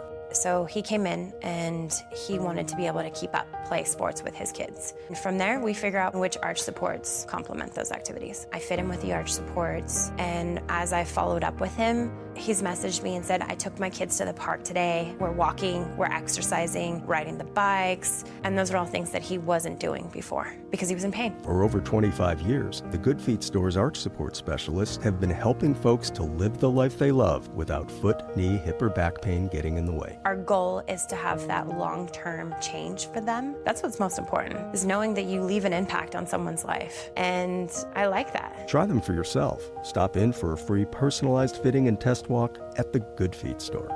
Visit one of our 2 locations, Creve Coeur and Shiloh, Illinois, and at goodfeet.com. Hey, it's Mark Reardon. If you're nearing retirement or already retired, call my friends Thomas Helbig and Bob Kershaw with the Retirement Advisory Group. They'll show you how linking to the market is much safer than owning the market for your retirement savings. They're the official financial advisors of my show. Go to retirementkey.com. You're listening to the Annie Fry Show live from the Air Comfort Service Heating, Cooling, and Insulation Studio. Air Comfort Service is hiring licensed journeymen. Don't have a journeyman license? Air Comfort Service will help you get it. Get guaranteed hours year-round and more. Apply online at aircomfortservice.com.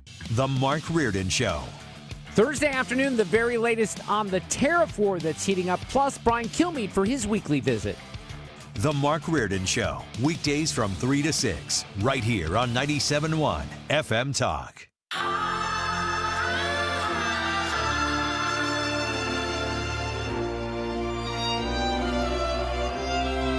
This is the Annie Fry Show. Find the podcast, on-demand audio, and more at 971talk.com/Annie.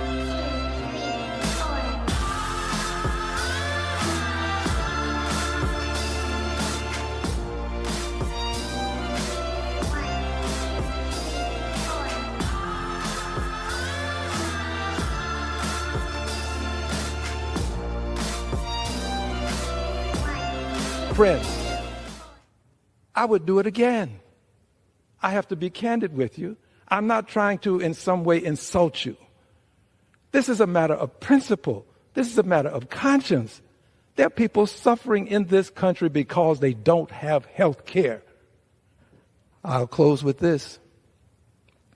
On some issues that are matters of conscience, it is better to stand alone than not stand at all. Well, there you have Congressman Al Green saying, I'd do it again. So I don't know if remorse is required or anything after you're censured, but it doesn't sound like he has it. He feels like he was righteous in his cane shaking towards Donald Trump at the joint address, but he is on the other side of a censure right now. Let's talk to the person who presided over this vote, our very own Congressman Mike Bost from Illinois' 12th District. Tell us, thank you for fitting us in your busy schedule today. No problem. Tell us about the day. So understand that once the censure is voted on, that is required for the person who being censured has to stand in the well and have the resolution read to them exactly why they are being censured. Now, you can add to that censure to remove them from the chamber or not allow them to vote for a certain amount of days. We chose not to do that during this time. The leadership had to make that choice. But we knew, but when it happens, a speaker pro temp, which I was, cannot be in the chair. So I was there for the vote, presiding over, and as soon as the vote was declared, which that's whenever Speaker Johnson himself came up to then issue the censure and read it into the record. So it was a process that we knew was coming. I got recalled last night, and they said, "Can you preside over this particular vote?" And I said, "Yeah, sure, naturally." And that has a lot to do with how many hours I spend in the chair, more than anything. So, Congressman Bost, censure, give us a little bit of a lowdown of what a censure means. How often does it happen? How serious is it? It doesn't happen very often, and it has to be a pretty strong crossing of the line. Okay, Congressman Green, on a regular basis, is during what we consider the 5-minute speeches, the 1-minute speeches. We'll get up and he'll shake his cane and he'll scream and he'll yell until, if I'm in the chair, until I smack the gavel and say, I go through 3 things. I said, the gentleman's time has expired.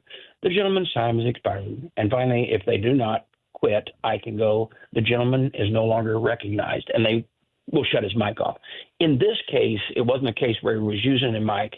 And the real issue is that I guess, because that was what we were weighing out on what the censorship would include, whether it would have a punishment with it. One, it was the first censorship. If he has to do it again, it can include times with suspension of his voting rights. But in this case, when you raise your cane, I didn't even know this, okay? I found this out later. If you raise your cane, we don't have that a lot in the chamber as they did 100 years ago. Oh. But you raise your cane and you have the handle pointed at someone, it is considered a weapon. Oh. Okay?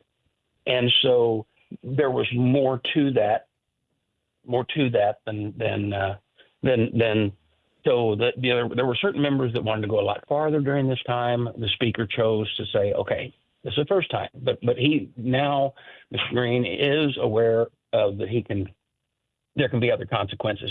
I would hope that he wouldn't do it. He can say he can say that it was a choice of conscience, but then where that offends me is my conscience is not bothered by the quality of work that's been being done by this administration over the last month and a half. I'm just, that's a different. I think it's my conscience to save the taxpayers and actually get a government that works right to make sure it's secure for my children and grandchildren. Yeah. Congressman Bost, this is Ryan Wiggins. Hi, 10 Democrats crossed the aisle and voted for censure. Was that expected? Not necessarily, but it is a case where even but once you get a bipartisan, that means somebody's woke up and said, yeah, that went a little far. Okay. The whole, and it was a show for him. Like I said, it's not the first time he's done stuff like this, but it becomes frustrating, and we've got to get decorum back. We got to get decorum back. That's all there is to it. Yeah. Congressman Bost, one of the things that is a driving factor behind all of this is Donald Trump. He's involved, and there are some people who are just so motivated by their distaste for him that anything that follows, as long as they feel like they're doing it for the righteous cause of publicly hating him, they feel okay to do it. And I'm looking at the Democrats and the way a lot of people are reacting to the way they chose to behave during the joint address, behind Congressman Green, the rest of them as well. Right. You were there during that speech. What was your take on their choices that evening? I think you got to remember that whether it was Joe Biden, Bill Clinton, the list goes on and on of Democrats, Barack Obama, there's certain things in the speech that are positive, and you should react positive to them. I've seen Republicans stand and applaud those Democrat presidents. They don't disagree. They don't agree with all their policies. But when somebody talks about a young man that has been awarded special stuff or as a police officer because of his brain cancer, or a family that has suffered by the loss of a loved one, then these are the times that we should come together and go, yeah, this isn't a partisan issue. This is, and I think that they really did show the American people that partisanship on their behalf is above all else.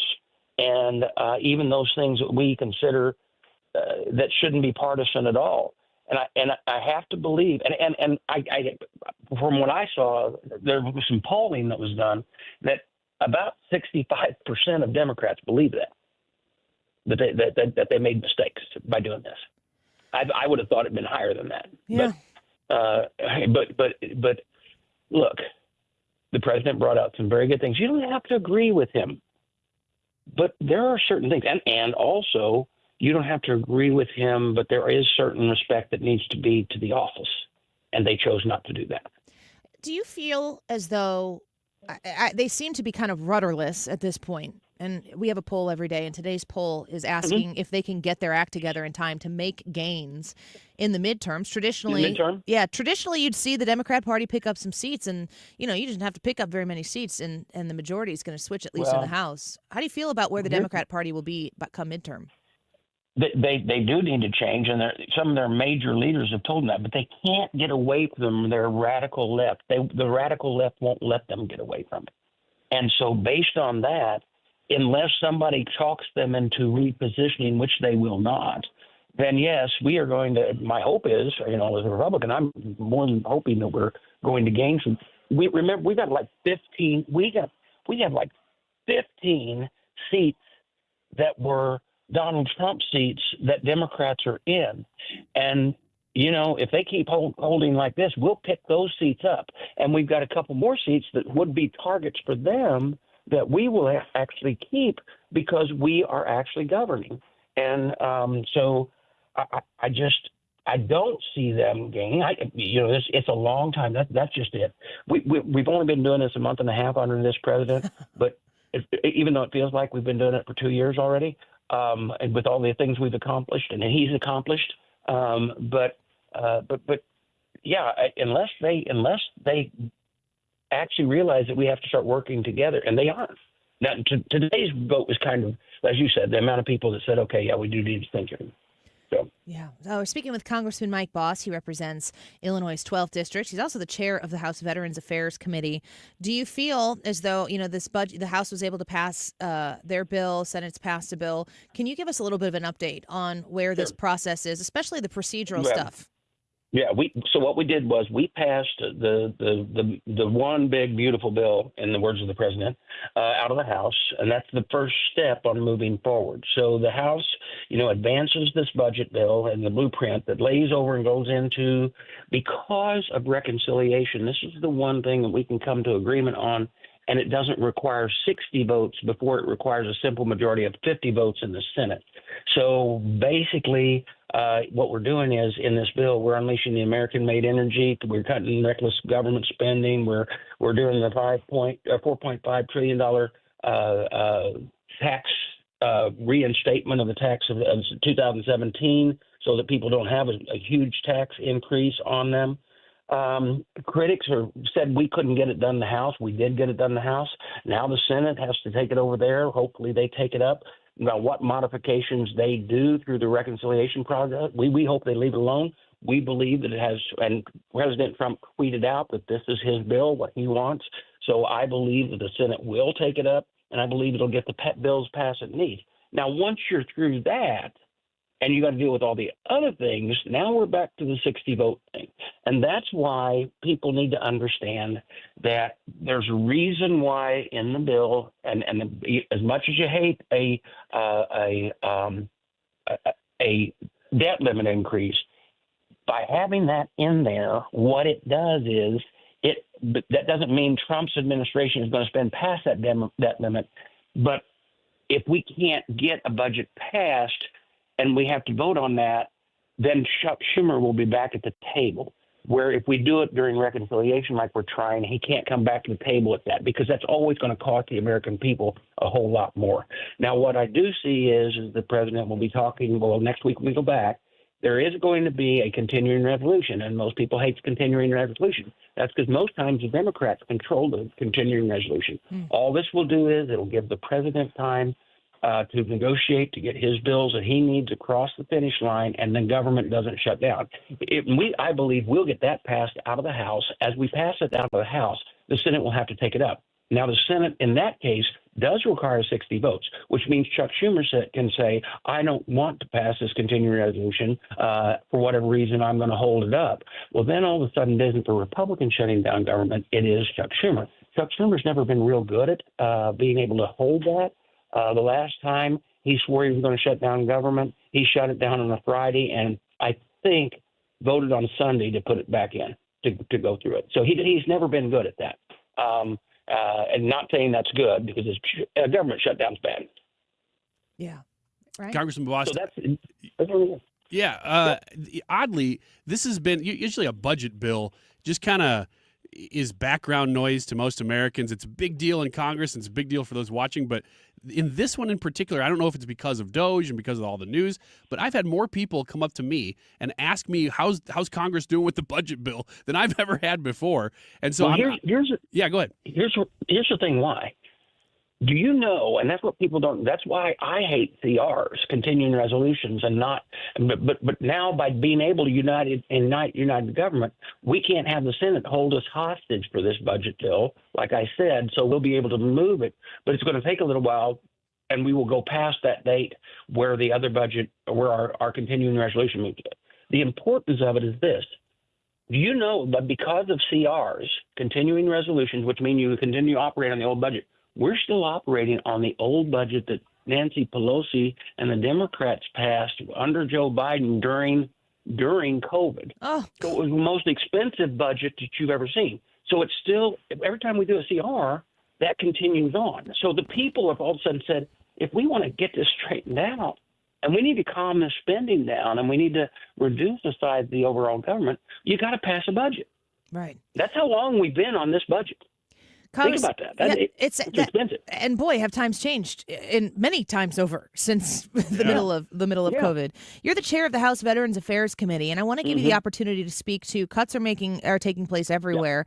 What about where our veterans are concerned? What do you expect? Let me tell you, I'm very good friends, and when I tell you that the secretary and I are close friends, we're very close friends.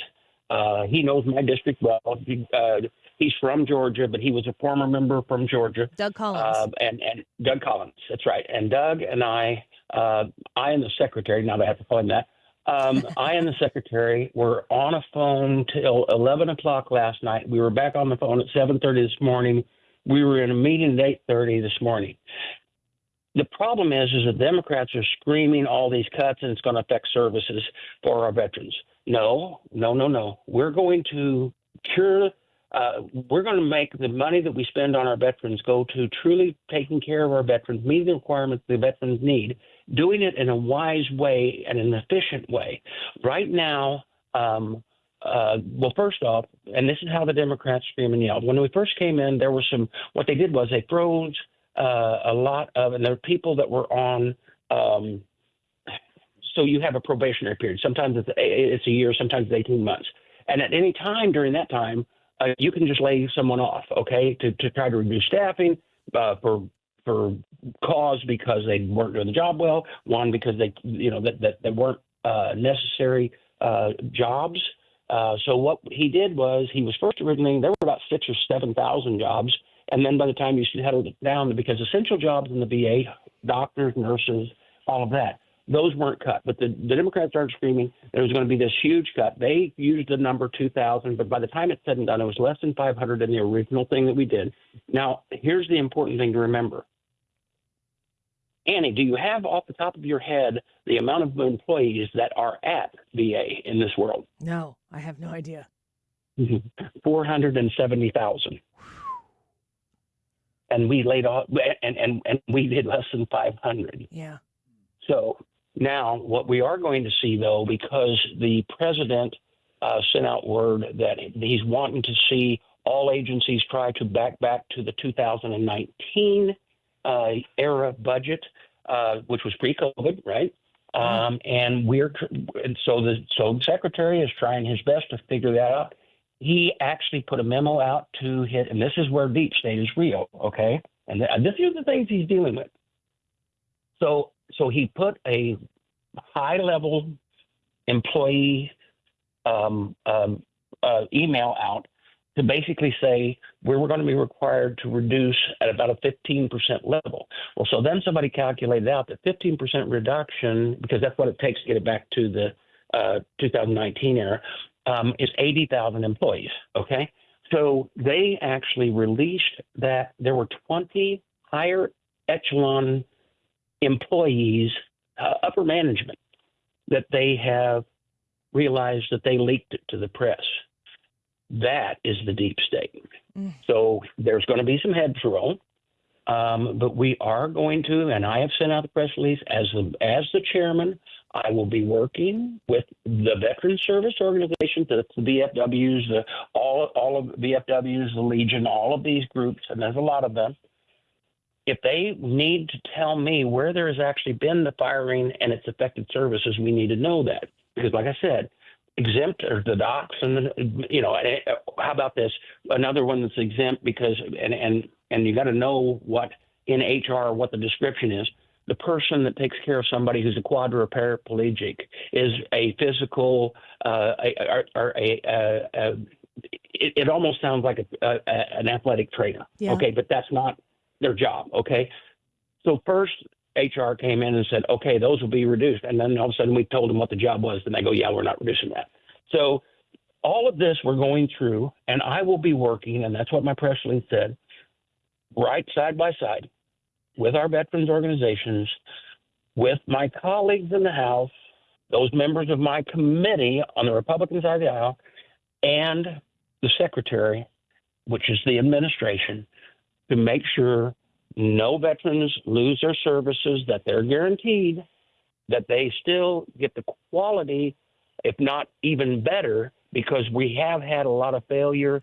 The example is the amount of employees that we have increased in the VA since the passage of the PACT Act and since COVID is a case where we've increased that great big budget, but yet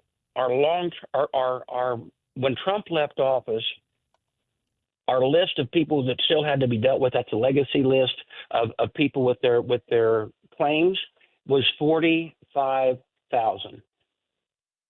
We've spent more money, and the list is up to 275,000. So we're spending money, but we're not getting results. We need to find out why we're not getting results. The veteran deserves that. The bad thing is Democrats try to use scare tactics that we're going to cut the veterans. Yeah. And I never hear anything from them that's an alternative. It's just scare tactics. I want to sum it up this way, Congressman Bost. You chair the House Veterans Affairs Committee. You're having conversations last night with the Secretary of Veterans Affairs, Doug Collins. Will Donald Trump's administration care for our veterans better or worse after these budget cuts, whatever you guys end up putting together? Will veterans be cared for in Donald Trump's administration? They will be cared for, and the reason I will think that they would be cared for better is we're going to make sure that the services actually go to them, not the bureaucrats.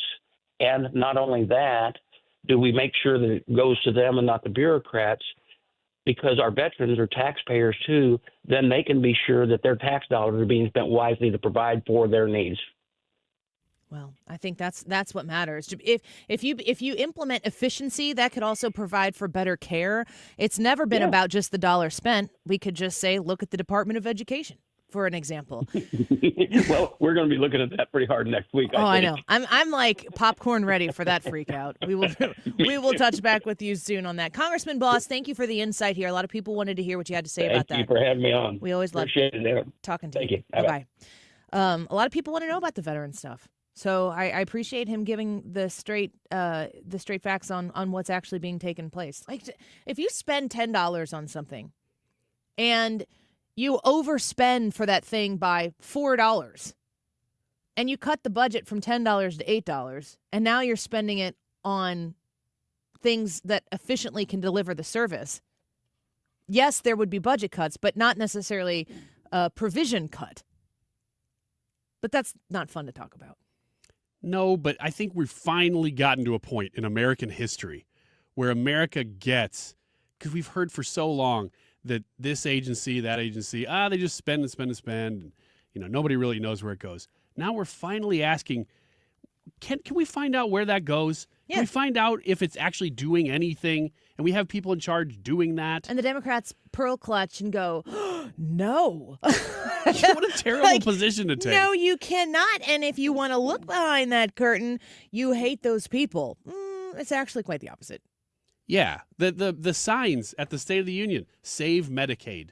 How many times does Donald Trump need to say, we're not touching it, we're keeping it, we're just making it better for the people who have it? Yeah. Well, that was a really long conversation with Congressman Bost. We're going to take a quick break here. We can quickly touch on the YouTube live chat poll. Can the Democratic Party recover in time to make gains in the midterm election? I'm going to read a few of your responses that we have here on the Annie Fry YouTube channel, the live broadcast and the live chat. Leave a comment, leave a vote. We'll be right back. This is the Annie Fry Show. The Annie Fry Show is streaming online. Watch us live on YouTube and subscribe.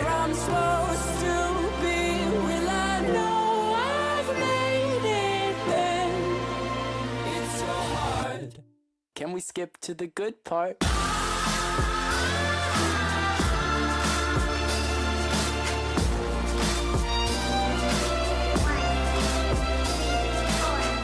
So the thought of spring setting in here it's like all I can think about. I see pastel colors and I get really excited. Are you there yet? I certainly am. What else comes with spring? Allergies. All the stuff that comes along with that. It makes it hard to breathe. Make sure that your comfort zone in your home is nicely secured. Air Comfort Service can help you with that. While trees are budding, you got flowers coming up. It's a matter of time before that thin layer of yellow pollen is covering everything, and you know what that means. Consider a air purifier for your home from Air Comfort Service. You can call for a free estimate to Air Comfort Service at 314-513-0091, 314-513-0091, and have a free estimate on a whole home air purifier that will help relieve and eliminate allergy symptoms that you're dealing with in your home, pet dander, bacteria, viruses, or, man, are we over that yet or not? Odors that you might have in your house. This air purifier is going to help with all of those things. So yes, Air Comfort Service is there to help you with your HVAC concerns, but they do a lot of other things like insulation, and talk a lot about that, and the whole home air purifier. If this interests you, reach out to Air Comfort Service. Tell them Annie sent you at 314-513-0091. 314-513-0091. Welcome spring into your home with a deep, fresh breath of wonderful, comfortable air. AirComfortService.com. What's it going to take for you to realize the IRS is in full-blown attack mode, and if you have IRS issues, your timely response is critical? Hi, this is Lance Drury with the Lance Drury Law Firm. We certainly know the IRS has ramped up efforts because we're seeing a lot more clients with threats of intents to seize property or levy rights to property. If you have IRS issues, call the Lance Drury Firm today. Today, don't wait. Those IRS notices have hard deadlines for exercising your appeal rights. If you miss the deadline, your rights to a legal appeal are gone. Let the Lance Drury Law Firm get between you and the IRS today, and we'll help you manage your case to achieve the best outcome. IRS problems are serious legal matters, so call Lance Drury Law Firm, located right here in St. Louis. Don't wait. Call 314-260-6120. That's 314-260-6120, and schedule your free consultation with me, Lance Drury, or visit LanceDruryLaw.com. The choice of a lawyer is an important decision and should not be based solely upon advertisements. Hey, it's Mark Reardon. You want the best for your parents, but making the right senior living choice can feel overwhelming. Let me make it easier. New Perspective in Weldon Spring is where older adults can thrive, not just reside. At New Perspective, your loved one will enjoy chef-prepared meals, engaged activities, state-of-the-art technology, and a welcoming community that feels like home. You'll have peace of mind knowing that they have care available when they need it. Visit npseniorliving.com to schedule a tour today. New Perspective, where every day is a chance to live life on purpose. Join Mark Patrick seminars Lose the Weight and Stop Smoking. Early bird specials $49.99. Seminar Sunday, March 16th. Aviator Hotel and Suites, South I-55, St. Louis. Weight loss 11 a.m. Stop smoking seminar 2 p.m. Or Monday, March 17th, 4 Point Sheraton, St. Louis. Fairview Heights. Weight loss 5:30 p.m. Stop smoking seminar 8 p.m. Can the Democrat Party recover in time to make gains in the midterm election? That is the YouTube live chat poll today. It's a yes or no. Can the Democrat Party recover in time to make gains in the midterm election. Yes, we're talking about November of 2026 here. So let us know what you think right now at this moment in time by logging on to YouTube and typing in Annie Fry. Today's date, along with the live stream, will come up. That's where you vote. That's where you comment. 152. This time check is sponsored by Jerry Kelly Heating and Air Conditioning. It's time for a $98 furnace tune-up. The Mark Reardon Show Fish Fries are about to begin. Join me and the crew at Holy Trinity Fish Fest in St. Louis. Details at 971talk.com/events. It's Fish Fry Fridays on the Mark Reardon Show during Lent. Hope to see you for this first one on Friday. If you change your mind, take a chance. I'm the first in line. Honey, I'm still free. Take a chance on me. If you need me, let me know. Gonna be around. If you got This is the Annie Fry Show. Follow Annie on X at Annie Fry Show.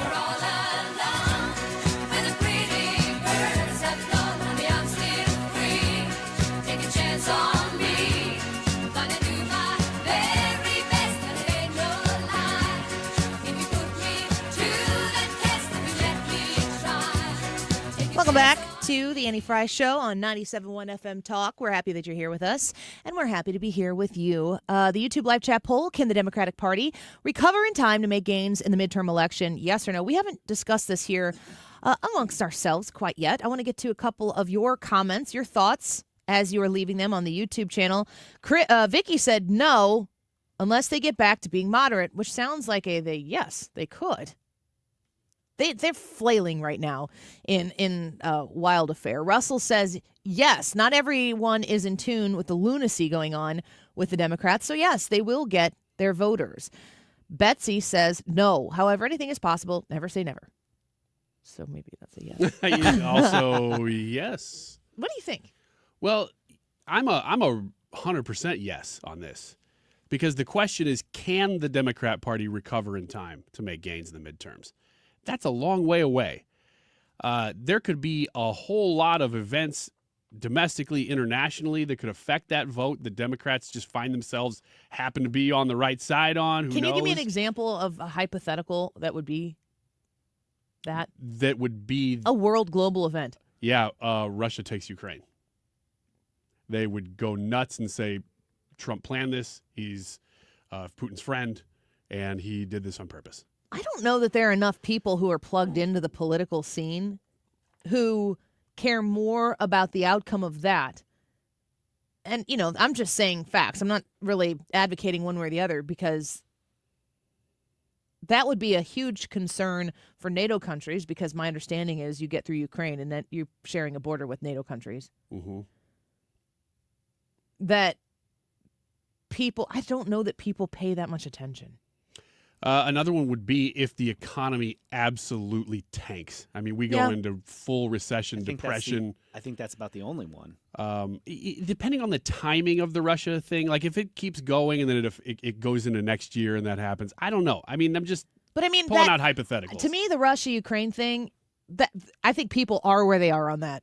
Mm-hmm. I think that there's way more gray area in the tax dollars that are spent on it, and also the understanding that this is a murderous dictator in Vladimir Putin doing terrible things. And we're watching Ukraine pass on the opportunity, at this moment in time, that's going to change quickly, to establish peace through partnership with the United States. Zelensky thinking he's going to get his entire country back. That's not going to happen. And we're not going there to fight. The thing that would, to me, be like the most catastrophic is if we send people over there to fight, which Trump is not going to do. No, he's not going to do that. Your point on the economy, though, if tariffs turn out to be the dumbest thing that we've ever done, being the economy, then... Even if they're not, and the economy tanks, people are going to blame the tariffs. And there will be talking points that work for them on that. Can the Democratic Party recover in time to make gains in the midterm election? You are emphatic, yes. Yes. I'll tell you right now that it's a pretty close vote. So if you want to go in and leave your thoughts and your comments and leave a vote, you might be able to persuade us one way or the other. Please do. Annie Fry YouTube channel, youtube.com/@AnnieFry. Go subscribe. We're getting close to 12,000 subscribers. Why don't you be one of them? We'll be right back. Did you make $500,000 in retirement savings feel like $1 million? or $1 million feel like $2 million? The key is having a comprehensive financial plan for taxes, Social Security, inflation, healthcare, income, and more. Discover how you could make money go a lot further in retirement in a 3-hour adult education class, Retirement Planning 101. Guys, it's Dave Glover from Camo Wax. This one-night class is taught by a fiduciary advisor from Financial and Tax Architects with decades of financial planning experience. They're held at colleges and libraries throughout St. Louis. There's no cost. Just bring 3 canned goods for the St. Louis Crisis Nursery. If you've saved $300,000 or more for retirement, register by calling 314-350-8110. 314-350-8110. If, like me, you haven't quite had the pedal to the metal the way you should, or if you've had the pedal to the metal the entire time, either way, give us a call. We can help you out. We'll take you wherever you are. 314-350-8110. 314-350-8110 for Financial and Tax Architects. You want to retire soon, but everyone keeps telling you to wait until you're 65. After all, that's the age that you qualify for Medicare and you're close to full retirement age. I'm Marvin Mitchell, president of Compass Retirement Solutions.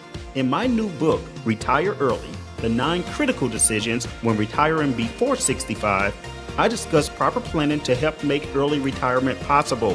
When to take Social Security, what to do with your 401k, health care, how to maximize retirement income, and much more.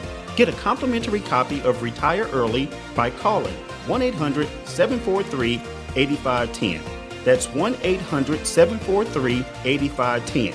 Can you retire early? Call 1-800-743-8510 for your copy of Retire Early, The 9 Critical Decisions When Retiring Before 65.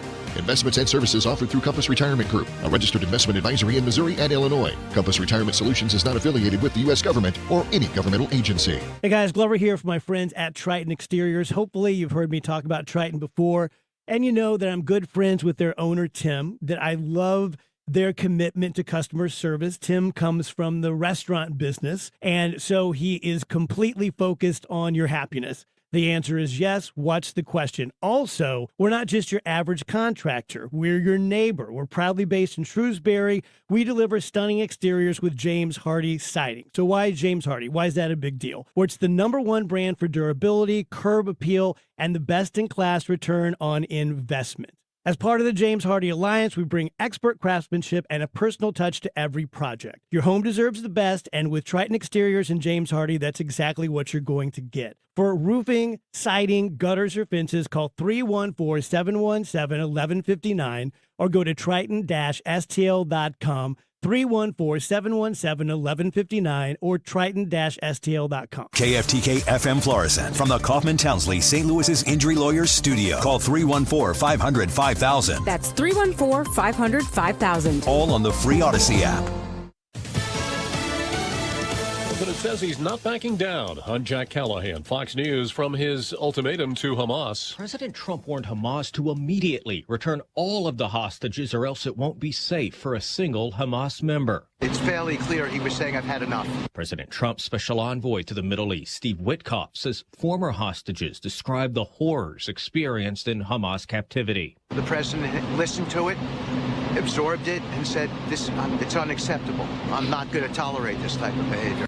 Witkoff says he remains committed to securing a lasting ceasefire in Gaza, but adds, I wouldn't test President Trump. Fox's Jared Halpern, a Hamas commander, though, has warned new military action could threaten the lives of the hostages. Special Envoy Witkoff also confirming that he and Secretary of State Marco Rubio will meet with a delegation from Ukraine in Saudi Arabia next week to begin the preparations for possible peace talks with the Russians. President Trump has paused until early next month most of the tariffs he imposed on Mexico just 2 days ago. He and Mexico's President Sheinbaum spoke by phone today about the president's insistence that Mexico do more to stop fentanyl trafficking into the U.S. The White House says there'll also be a 1-month tariff exemption on Canadian goods imported under the U.S.-Mexico-Canada trade agreement. The House has voted to censure Texas Congressman Al Green for his outbursts Tuesday night during the president's speech to Congress. The yeas are 224. The nays are 198, with 2 answering present. The resolution is adopted. 10 Democrats joined all of the Republicans, the House Republicans, in voting yes. Speaker Johnson later telling Fox it was a sad day in the House. Before the vote, Congressman Green said he would do it all over again. Wall Street trying to recover from steep losses, but an hour before the close, the Dow is down 538 points, NASDAQ off 512. America is listening to Fox News. During tax season, your info travels lots of places you can't control. W-2 arriving from payroll platform 3. Everything criminals need to steal your identity is on your W-2. Last call for accountant at home office, 1 minute. LifeLock monitors hundreds of millions of data points per second. Tax preparation data centers with service to IRS. All aboard. If your identity is stolen, we'll fix it guaranteed, or your money back. Save up to 40% your first year with promo code NEWS. Visit LifeLock.com. Terms apply. I'm Kareem Abdul-Jabbar. I learned about atrial fibrillation the hard way. My symptoms would come and go. Shortness of breath, fatigue. I kept going. Then I got so lightheaded, I couldn't. My doctor said I have AFib, so I'm about 5 times more likely to have a stroke. Other symptoms, irregular heartbeat, heart racing, chest pain can come and go, but the risk of stroke stays. If you have symptoms, tell a doctor. Visit notimetowait.com. Sponsored by Bristol-Myers Squibb and Pfizer. Air Comfort Service, heating, cooling, and insulation, weather. A mix of clouds and sunshine this afternoon, but I want to put the emphasis more on the clouds. It's chilly, it's breezy, but not windy like yesterday. 49 for the high. Tonight, cloudy skies, 38. Friday, maybe an early morning rain shower. Otherwise, partly sunny, breezy from the south. 61 on Friday. Saturday, sunny and 53. Sunday, sunny and 58. This is 97.1 FM Talk. Chief Meteorologist Dave Murray. Attention St. Louis Medicaid residents in need of care at home. If you need assistance with daily activities, you can receive in-home care from a loved one that lives with you and they get paid. Through Medicaid with no cost to you, Freedom Care allows you to choose who provides your care at home in St. Louis and they get paid instantly. This is 100% free to you. Call now to check your eligibility. It can be your daughter, son, a close relative, or trusted friend helping you with cooking, transportation, laundry, and other activities in your own home. You get the help you need and your caregiver gets paid instantly. Freedom Care has over 7,000 5-star Google reviews and is a leading choice in St. Louis for in-home care. If you have Medicaid and want great care from a loved one that's free to you through Medicaid, go to freedomcare.com or call 314-597-1749, 314-597-1749, 314-597-1749.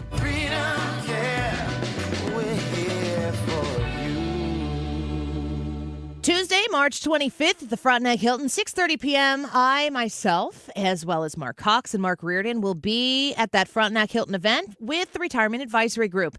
We're excited to partner with Bob Kershaw, Tammy Kershaw, Thomas Helbig as well at the Retirement Advisory Group for the next Protecting Your Retirement educational event.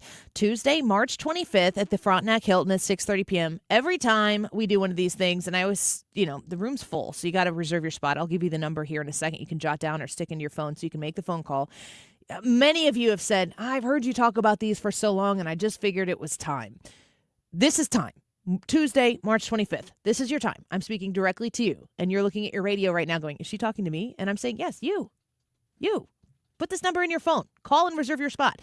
314-993-9494. That's 314-993-9494. Reserve your spot. It's free. It costs you nothing. And you get to learn a little bit about making sure that retirement is completely prepared for you. And it becomes worry-free, which is really, to me, what retirement should be all about. Find them online at retirementkey.com. If you've tried and failed every ED treatment, there's another fix that could work for you. It's same-day surgery, it's minimally invasive, and is performed by South County urological physicians. Hundreds of men have come to us for this outpatient procedure that has a satisfaction rate of 90%. Interested? Call the dedicated ED phone line at South County Urological, 314-843-8000, extension 33. That's 314-843-8000, extension 33. You're listening to the Annie Fry Show live from the Air Comfort Service Heating, Cooling, and Insulation Studio. Air Comfort Service is celebrating 55 years of residential and commercial service, maintenance, and installation of heating and cooling systems. Get in your comfort zone. Visit aircomfortservice.com. Let's support Heroes Care through comedy. Annie Fry here. Join Heroes Care at the Westport Funny Bone Sunday, March 23rd for stand-up from St. Louis's own Will O'Donnell. That's Sunday, March 23rd. Learn more at 971talk.com/events. That is exactly what I needed to hear. Thank God someone here knows what they're talking about. That's us. Right? You need to take the time and get the full picture.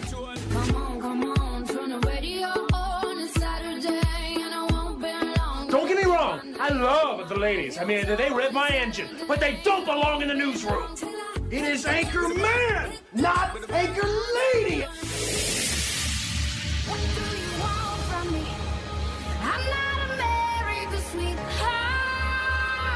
Goodness sake, kid. Keep your voice down. Your father's listening to the radio.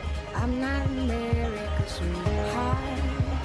This is the Annie Fry Show. Welcome back to the Annie Fry Show. Reminder, you can listen to the Annie Fry Show podcasts wherever podcasts are available. Make sure you subscribe to them. You can also go to anniefryshow.com/podcasts, and we keep everything right there nice and neat and tidy for you in a playlist where you don't actually have to subscribe to a podcast, but you get to listen to everything, and it's a little lower tech. How much, like, when it comes to smart devices, the A lady, the lady with the A name, that's not me. Amanda. Yeah.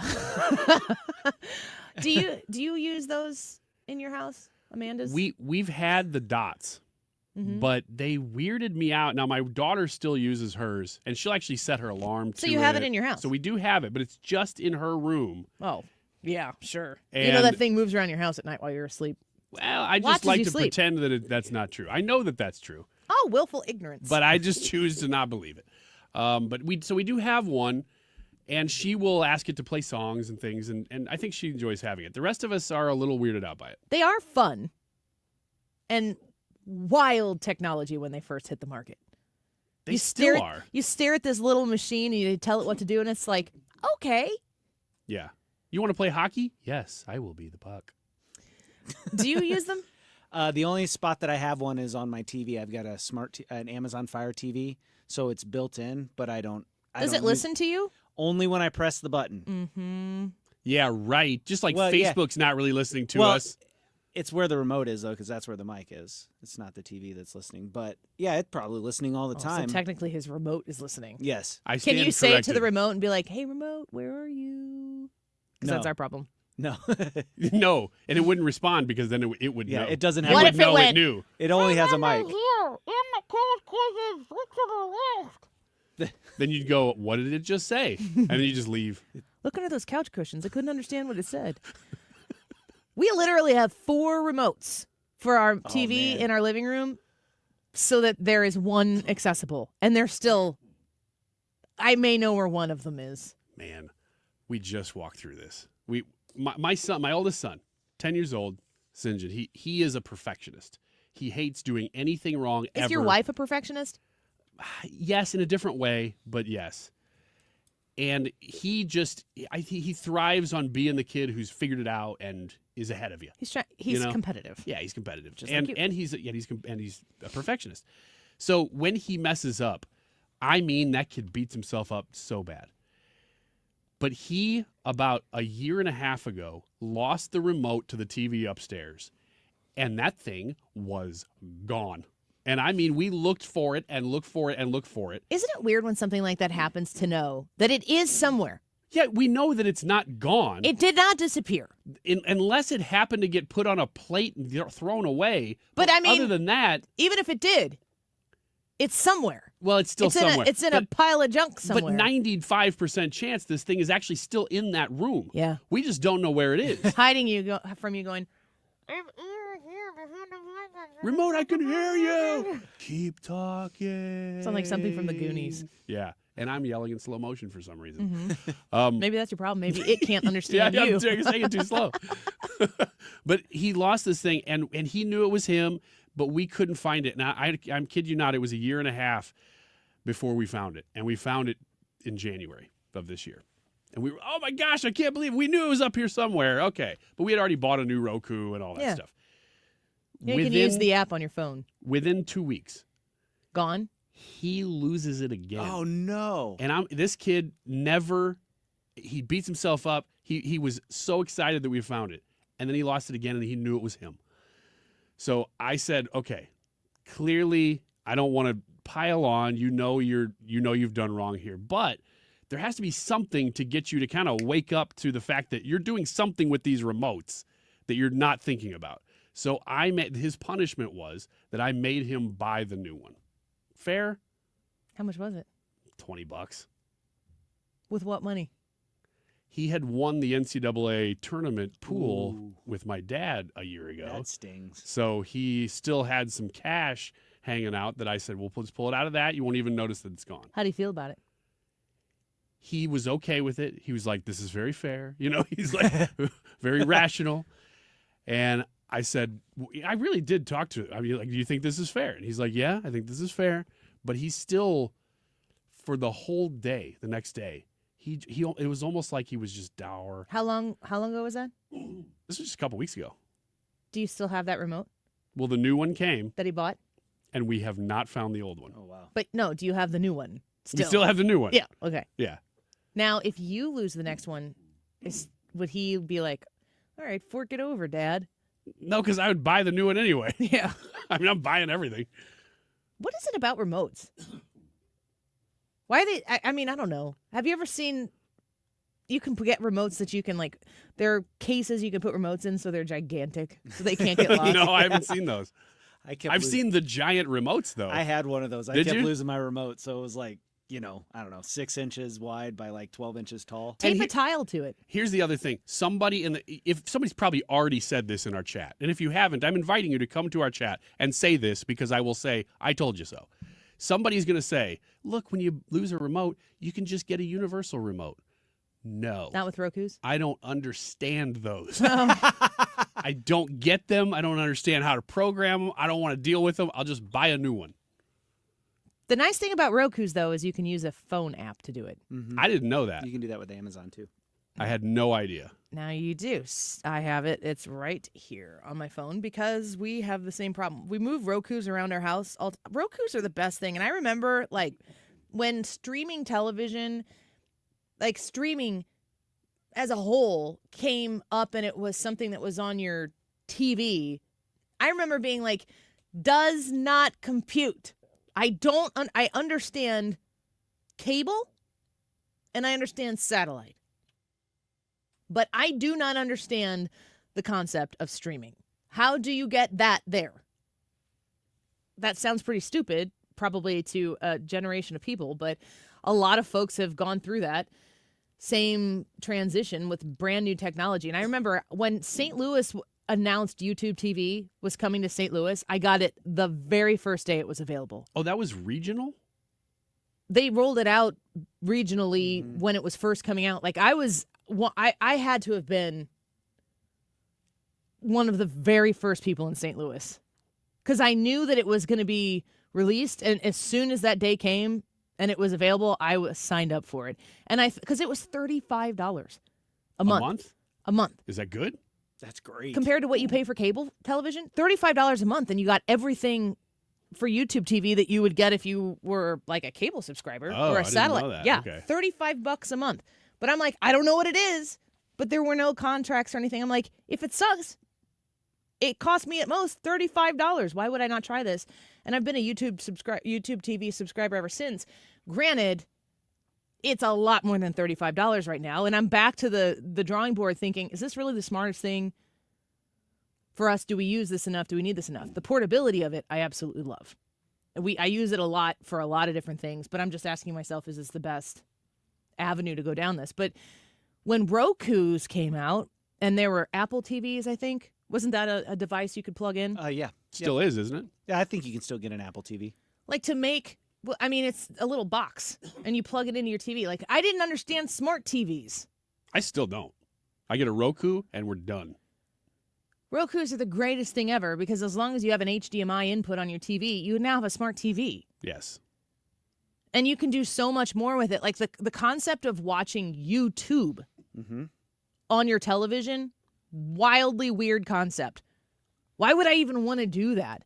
And now, in our house, we watch more YouTube on our television than we watch TV. What if I say watching TV, that means something to us. I don't know that means the same thing. If I said watching TV to my 15-year-old son, he would think of TV as the physical Yeah, the screen, television, the big screen. Yes, and then like, do we stream Disney Plus? Do we watch HBO Max? Do we Netflix, YouTube, whatever it might be?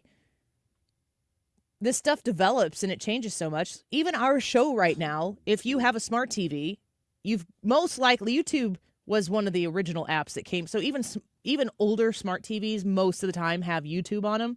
If you've never tried it before, when you get onto YouTube, you can type in, it's a good thing to like test it out and type in Annie Fry Show, Frey, Annie Fry Show. We pop up there and you can watch what we're doing right now. So this is a radio show that is actually on television.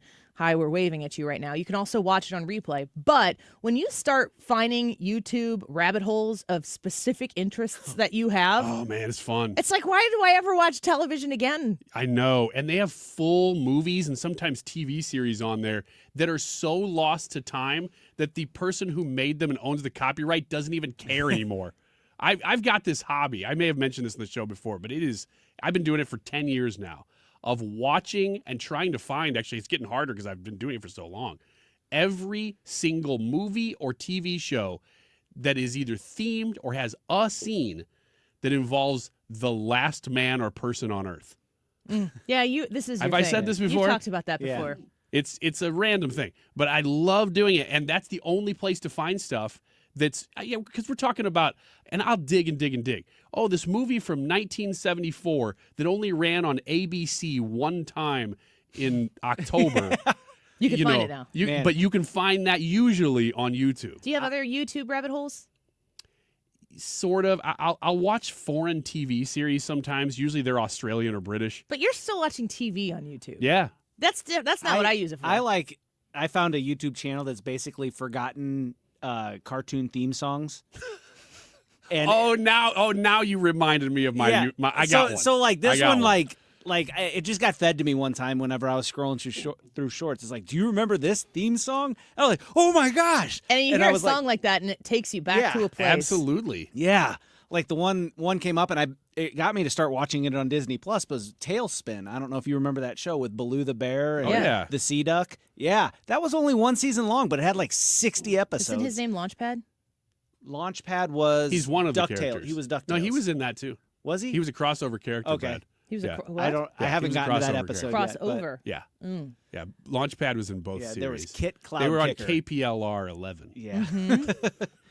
But it was and then so these different ones will keep popping up, and it's like, oh man, I remember that. I had forgotten about that, but I remember when that show was on. Do you have another rabbit hole? About 2 weeks ago on this show, do you remember me talking about the Donkey Kong record? So a couple people. Which was that the game came out in 1980, and you get to a certain level, and I think it's like 117 levels into it, which is really hard to get to, first of all. You hit what's called the kill screen. It didn't have a natural ending like, oh, you beat Donkey Kong. It just ran out of levels. Well, somebody figured out after 44 years how to beat the kill screen. But wait, there's more. And did it and found 5 new levels of the original Donkey Kong. And this just happened like a month ago. So I reported on that probably in Wiggins America. I reported on it. That's what I do. And so a couple people mentioned that to me, and I did it on my weekend show and all that stuff. Well, I only found that because I got into a YouTube rabbit hole. I love, and I have for about 6 months now, I love watching video game speed runs. Beating a level in like 30 seconds? No, not a level. Like beating a whole game. Oh, wow. As fast as you possibly can. And there's all kinds of... But it's not sped up. It's people who know how to get all the warp zones and all of that stuff. And they find glitches in the code where, you can jump through this wall right here, and it's legal. You know, there's certain things you can do that are illegal in the game. You can't use Game Genie. You can't manipulate the game. But you can use whatever's in the original code of the game.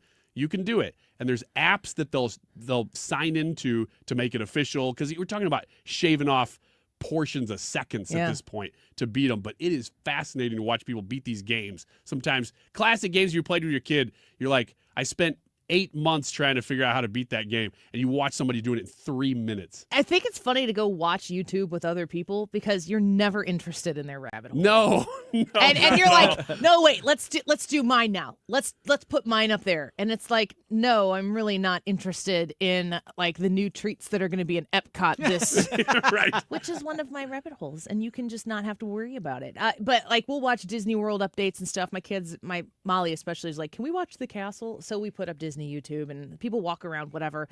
I didn't realize this existed until I got in. My husband and I are looking to hopefully build a home, and so you can watch YouTube videos of renderings of house plans. So you could take house plans. Yeah. Okay. For a second, I thought you said house plants, and I thought that sounds boring. That's what my mom watches. It's the worst. She's a master gardener. And she just built a greenhouse. Like, her lifelong dream was first to have a pool after all the kids left. Thanks. It's a great pool. It's fun to go over, too. I've been in that pool. That's where we discovered that I was really good at balancing on the circular donut raft. Actually, you haven't done that yet, and we need to verify I still it have officially. That. The Fine. greenhouse that she bought, though, when you decide you're going to build a greenhouse, there's a whole industry of YouTubers who do greenhouses. And she's turned it into a reality. And she loves it. She studies it. She's used it as a research mechanism so that she can do her best in her new greenhouse implementation. So it's been enormously helpful for her. I am not interested in watching that. Well, I understand that, but even you talking about greenhouses, I'm like, well, that sounds kind of interesting. But what I thought you originally said was renderings of houseplants. I know. Which doesn't sound very interesting. That's what it feels like I'm watching. Okay. But she could watch it all day. And then the YouTube stuff, I could watch house plans all day. Like, do I like this house? What do I like about this house? I'm saving these things. I'm setting them aside because I really liked the bedroom layout in this one, but I really like the entryway of that one. So I'm just setting them aside. And then another one that I am watching a lot is we're taking a family trip. My parents, my brother's family, we're all going to Hawaii and in a few months. And so I don't know anything about Hawaii. So I'm just learning all about, you used to do research in books or, like even go to the library to take out some books that you might read through that tell you what to do when you're on Oahu or whatever it might be. You just watch YouTube now. And you can learn so much about so many things. My husband, he's watching cooking shows. He's watching hunting shows. He's watching smoking meat shows. I don't want to watch any of those either. He doesn't want to watch mine either. So that's kind of what you watch when you're on your own. YouTube rabbit holes. I'd like to know listeners out there what they have, because they usually get kind of weird. Yeah, people are putting them in here. I wish I would have grabbed a couple of those because they were pretty interesting. Ones you would never think of. Rick says smoking meat shows. Yes, he bought his Pit Boss smoker, and now all he wants to do is whatever he smokes next, he wants it to be better than last time. And his first go at smoking meat was amazing. So I'm all smoked wings are good. Oh yeah. Yeah. Well, let's take a quick break. Trisha coming in? She's supposed to. Annie, are you okay? Next on the Annie Fry Show. Get on the Annie Fry YouTube channel and tell us if you've ever watched us on your smart TV on YouTube, and also what your YouTube rabbit holes are. I would love to see them. Oh, here's another one of mine. Things that happen in the deep ocean. Oh, that's interesting. Scary, and they got the yo-ho all together. Yeah, they play that, and it's super scary, and I can't get enough of it. I don't know why. We'll be right back. Don't go away. This is the Annie Fry Show. So let's talk about Stewart's American Mortgage and the Bagel Loan. Stewie is there to guide you through getting that mortgage and making sure it's the best possible economic situation for you. That, of course, starts with the Bagel Loan, which means you pay $0 in closing costs when you get that new mortgage. I haven't looked at the numbers, but I heard that rates were supposed to maybe hopefully be coming down a little bit. Regardless, if you got a mortgage in the last couple of years, it might have been sky high. You had to move. Of course, you have to get a mortgage. If rates have come down since then and you want to lock in a lower rate, then you call Stewie at 314-324-4440. That's 314-324-4440. 324-4440. He can close in less than 2 weeks. And when you work with Stewart's American Mortgage and you qualify for the bagel loan, you pay $0 in closing costs. You can trust Stewie to give you the best deal that is out there. I have twice done a mortgage refinance with the bagel loan at Stewart's American Mortgage, so I speak from experience. Working with Stewie is a joy, and he is going to set you up really well. Just got to give him a call. 314-324-4440. Google the bagel loan, NMLS number 226715. Hey, Jimmy Fallon here with a quick listening tip for you. If you miss Fox Across America or any of your other Fox News favorites, do not worry. I got you covered. You can stream previously aired shows with Rewind, available exclusively on the free Odyssey app. So if you're busy work days, it doesn't mean you have to miss out on the news. Listen to your Fox shows on your time with Odyssey. To get started, just download the free Odyssey app and search for Fox News Radio. That's Odyssey, Audacy.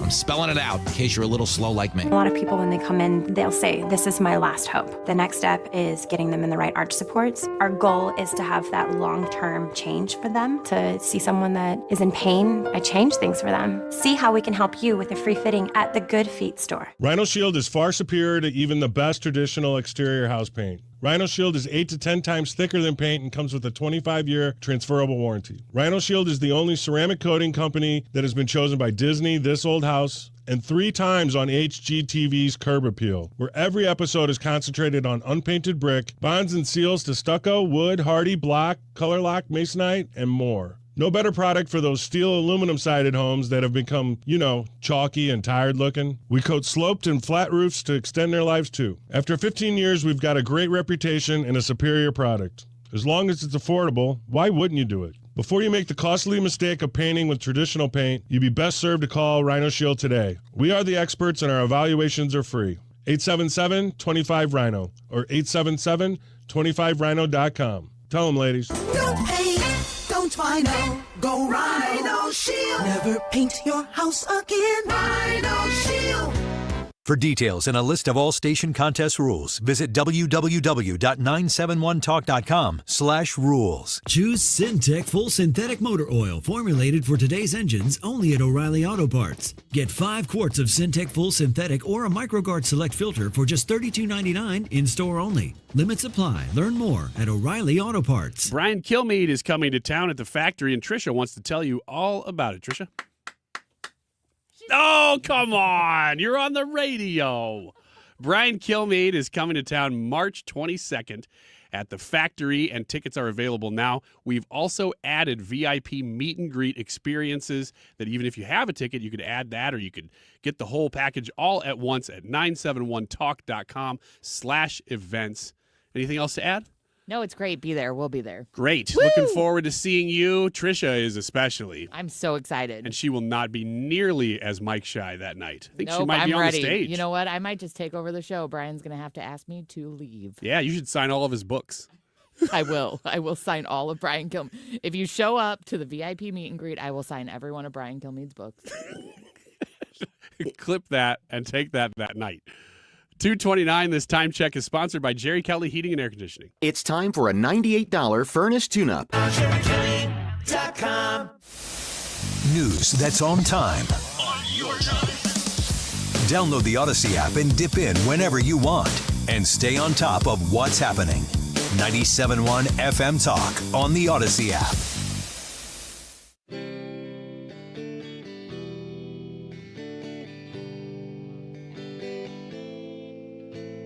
You're listening to The Annie Fry Show. The Annie Fry Show is streaming online. Watch us live on YouTube and subscribe. Hollywood sold out. Saw all of the saints lock up the gates. I could not enter. And now it's time to play Is Annie Okay With This? Well, Libby comments on the Annie Fry YouTube channel. Trish looks so pretty and happy. Aw, thanks, Suck Libby. up. Libby is my mom's new screen name. Hi, Mom. Hi, Mom. Hey. Playing the long Libby, game. love you. Yeah, Trish is in a blazer today. Nobody knows why. Just felt a little fresh this morning. Thought I'd dress up, put the shoulder pads on. And Ryan clearly didn't. No, I didn't put shoulder pads on. These are my natural giant shoulders. Do you feel fresh? Jacked. No. Stale? Yeah, because I worked out so hard this morning. You did not. I did. I worked out hard. What'd you do? I did squats. Your face is such a lying face. I had a bar on my shoulders. When was the last time you did squats? Like for exercise? I was going to say I squatted this morning. I don't want to know. And I think maybe during the 12 o'clock hour. Okay. Anyway, let's get on with it, Trisha. This isn't going to go Hi, everybody. Hi. Thanks for having me. What a day. Thanks for having us. All right, kayaker.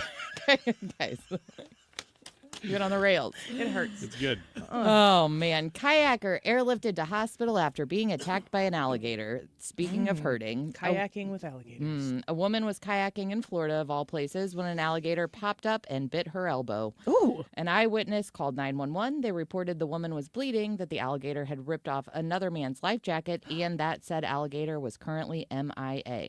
So this alligator attacked these people and got a part of an elbow and a life vest? Yep.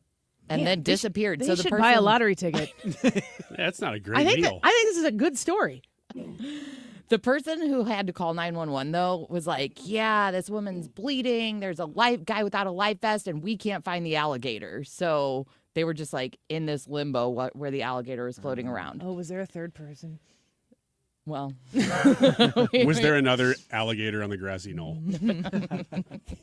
Annie, are you okay with eating alligator? No, definitely not. I've had it before. Yeah. It's tough. I would prefer baby alligator. I think maybe it'd be a little softer. Gosh. Veal gator. Yeah, veal gator. It's really sad. I wish I wouldn't have asked. That's pretty much what we should call this segment instead. Veal gator. Ooh, I'm ready. I wish I wouldn't have asked. I wish veal gator. Crowds cheer as runners with frying pans race to mark annual Pancake Day. Oh, it's like a Flynn Rider Tangled thing. Yep. This is out of London. Racers dressed as a skyscraper, beekeeper, and a chest of drawers were among dozens of runners in zany costumes, zipping around a central London square. Dressed as what? A skyscraper, beekeeper, and a chest of drawers. These are not adults. Those must be costumes popular in London. Mm-hmm. Sounds like the majority part of the Beauty and the Beast movie. It did make me think of Cogsworth and. What are you going as this year? I'm going as the skyscraper. I'll be the skyscraper. As I usually do. I don't think there was a skyscraper in Beauty and the Beast. I'll be the beekeeper again. Maybe in the live action. I'll be a chest of drawers. Anyway, these are the things we dress up as because we're Englishmen. They're refined when they do it. They were running around carrying frying pans to celebrate Shrove Tuesday or Pancake Day. Shrove Tuesday. What's wrong with people? It's how they mark Lent. So we do Mardi Gras and Tuesday. Wait, really? They do Pancake Day. How have we never? I've never heard this term most before. English thing Make ever. this make sense, Trisha. Shrove Tuesday. It derives from the English word meaning to seek forgiveness or be granted absolution. As a chest of drawers holding a frying pan? With a pancake in it. Yeah. Yeah. We celebrated Strobe Tuesday last What night. do Americans do that is this dumb? It's got to be a lot of things. Arbor Day? Do we do things like that on Arbor Day? I dress up as a chest of drawers for Arbor Day. That's like the rudest thing you could do. I know. I thought the baby intended to be alligator was bad. ironic. Ironic? Ooh, what do they do? And ironic. What's the question? Are you okay with pancakes? Yeah, I love pancakes. Pretty good. Oh, neat. How do you eat your pancakes? Ryan. What? You need to do your best today. Oh, How do you sorry. eat your pancakes? With syrup and love. What kind of syrup? Artificial. Why didn't you say syrup? Because I say syrup. That's wrong. Brad? This is really boring. Just butter. Pancakes and butter? Mm-hmm. Is it syrup or syrup? Syrup. Duh. Do you just eat them with butter? Like that sounds so dry. That's how I like mine. It's fine. You don't put syrup on yours? You put enough Sometimes, butter on it, but it's I'm fine. Yeah, I'm with Brad. I do Syrup butter. or syrup? I hate this because I don't know. I say syrup and then I go, ooh, was that right? Every time. So your default is syrup? Yes. Because it's right. Syrup. Caribbean. Should we just go through all of them? What are you? Maple syrup. Syrup. Butter too, if it's there. Yeah, the butter's optional. To me, pancakes is one of those things. It's unhealthy, not good for you. If you're eating pancakes, it's a choice that you've made, so you might as well eat them the way you want to, but to try not to have them all the time. Name that sounds most appealing for pancake? Flapjack. I don't think so. It's true. Look it up. I already hit the button. Go ahead and Google I'm going to do that, but I don't really know what to type in here.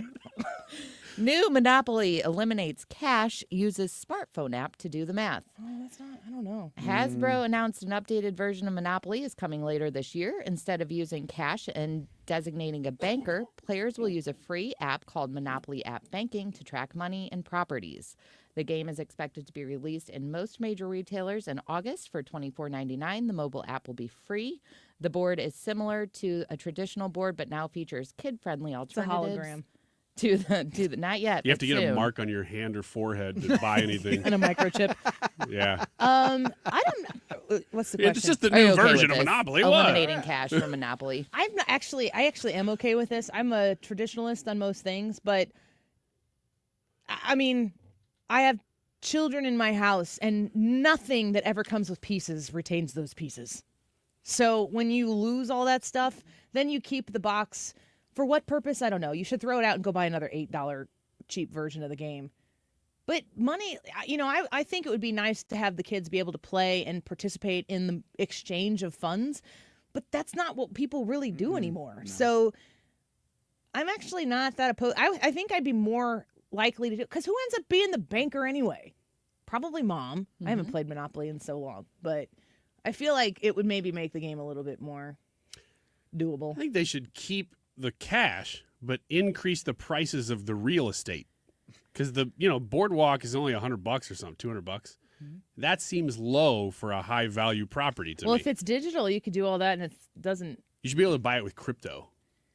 They should be able to update the app based on inflation, and because they could just make whatever be priced whatever. And as you're buying the different colors of properties, you are using different cryptos, and you land on a spot and you pull a card and it's like, oh, fart coin just crashed. Man accused of swallowing $770,000 worth of diamonds from Florida Tiffany's. Is he just going to wait? Ooh, that's a rough poop. It gets worse.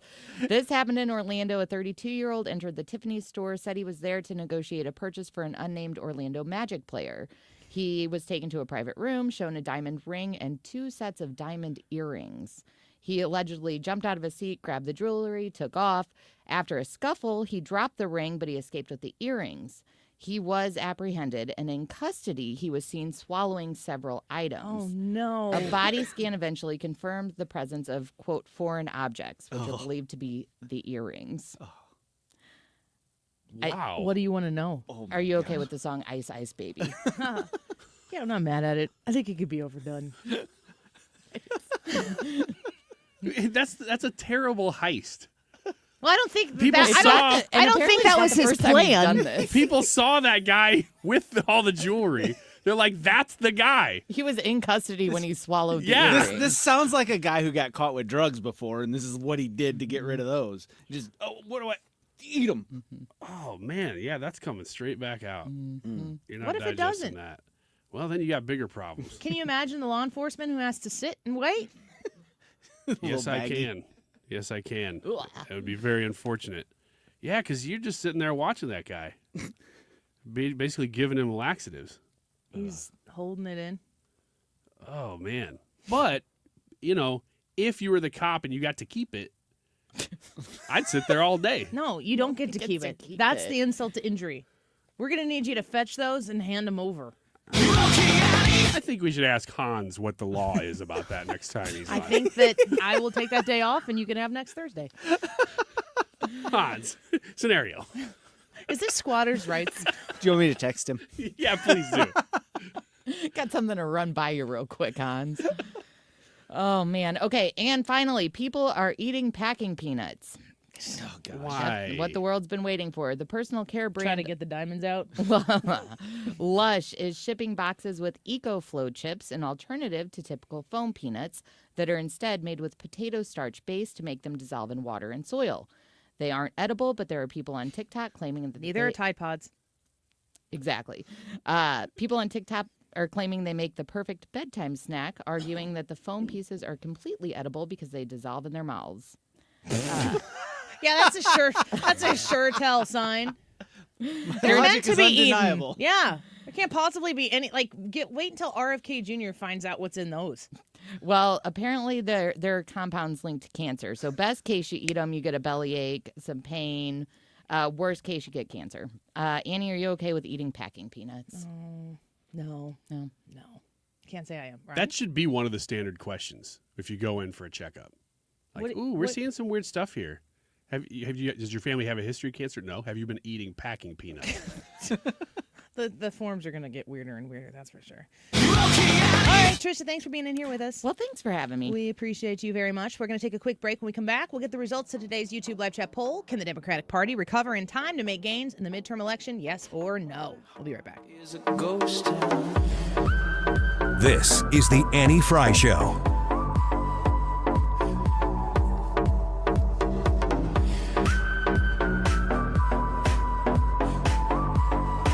Do you ever wonder if you've saved enough to retire? Discover how you could make your money go a lot further in retirement in a 3-hour adult education class called Retirement Planning 101. Hey guys, it's Dave Glover here. This one-night class is taught by a fiduciary advisor from Financial and Tax Architects with decades of financial planning experience, and they're held at colleges and libraries throughout St. Louis. You'll learn about reducing your taxes, maximizing your Social Security, paying for health care, and more. There's no cost. We would ask that you bring 3 canned goods that we're going to pass on to the St. Louis Crisis Nursery. So you have 2 jobs when it comes to retirement, in my humble opinion. One is saving the money, putting it away. And then the other, just as important, is how do you take it out and what do you do with it after that? Find out at Retirement Planning 101. Simply call 314-350-8110. Again, no money necessary. 314-350-8110. 350-8110. Attention St. Louis Medicaid members. If you need assistance with daily living, you can receive a free service from Freedom Care in your own home from a loved one who lives with you. With Freedom Care, you decide who provides your daily care, helping you with preparing meals, bathing, laundry, transportation, and more. A family member or friend that gets paid instantly. It's all through Medicaid, and as a St. Louis resident, it's 100% free to you. New to Medicaid, the Freedom Care family will guide you through enrollment, making it stress-free for patients and caregivers. With over 7,000 5-star Google reviews, we've perfected at-home care for Medicaid members and caregivers. If you live in the St. Louis area, this service is free to you through Medicaid, and with our InstaPay app, caregivers can choose to get paid instantly. So go to freedomcare.com or call 314-697-4912. 314-697-4912. That's 314-697-4912. Freedom Care, we're here for you. 99 years. That's how long Overhead Door Company of St. Louis has been repairing and replacing garage doors for savvy homeowners. Since 1926, they are the only authorized dealer of Overhead Door brand products in the city. Always look for the iconic red ribbon to be sure you're dealing with the genuine, the original Overhead Door Company of St. Louis. For same-day garage door repair 24/7, call Overhead Door Company of St. Louis or schedule online overheaddoorsstlouis.com. That's overheaddoorsstlouis.com. The Didamore Group, you can find them online at thedidamoregroup.com. Your destination for real estate needs, if you're looking to buy or sell, you want experts, you want people who know the markets that they're going to be dealing with, it, the communities, the upsides, the downsides, the things that you're going to want to know the truth about when you're looking for a home, maybe one street compared to the next. The folks at the Didamore Group, especially Tammy, Zach, Pat, Abby, and Tricia, they know the answers to your questions.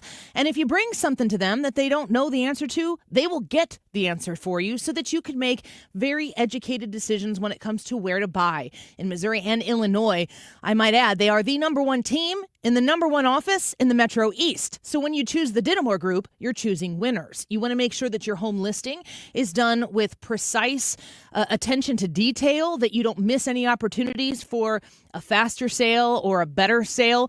That's why you choose the Didamore Group. They are there at 618-531-4652. 618-531-4652. 618-531-4652. TheDidamoreGroup.com. If you owe the IRS, you have a legal issue, and you need the Lance Drury Law Firm. We'll protect your rights. Log on at lancedrurylaw.com or call us toll-free at 888-367-6512. Can the Democrat Party recover in time to make gains in the midterm election? The midterm that's coming up in 2026. It's a ways away, but can they recover in time is the question. YouTube live chat poll today. Let us know your answer. We'll give you the results of that poll in about 9 minutes, 2:46. This time check is sponsored by Jerry Kelly Heating and Air Conditioning. It's time for a $98 furnace tune-up. Good afternoon. It's Mark Reardon. We're going to sing along with the Democrats this afternoon. They were singing "We Shall Overcome" in the House chambers. I'm not exactly sure what they want to overcome, but we're going to try to guide them into the proper spot here. It all starts after Fox News at 3. Brian Kilmeade at 3:25. You're listening to The Annie Fry Show. The Annie Fry Show is streaming online. Watch us live on YouTube and subscribe.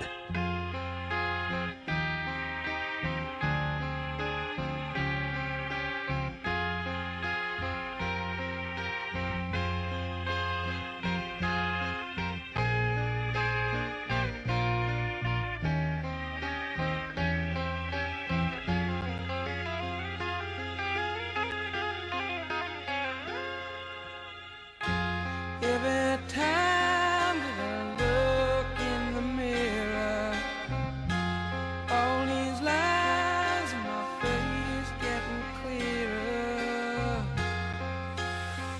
The past is gone, it went by like dust to dawn. Isn't that the way? Everybody's got the dues in life to pay.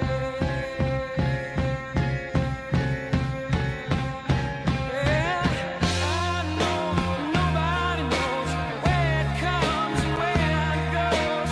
I know everybody says you got to lose to know.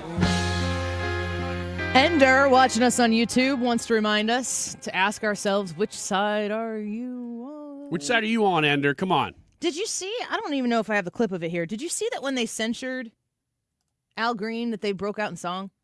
Well, I Do saw have that they did, but I didn't hear Good, it. it's terrible. I couldn't understand. I heard it coming in on Fox News, but I couldn't understand what song they were singing. We Shall Overcome. Was it? Yeah, or We Will Overcome, whatever that old hymn is. We shall overcome. Yeah, Overcome a what? The censure? Because they didn't. Donald Trump and Orange Man. Does anybody find it? I know we played this going into, was it Mike Bost?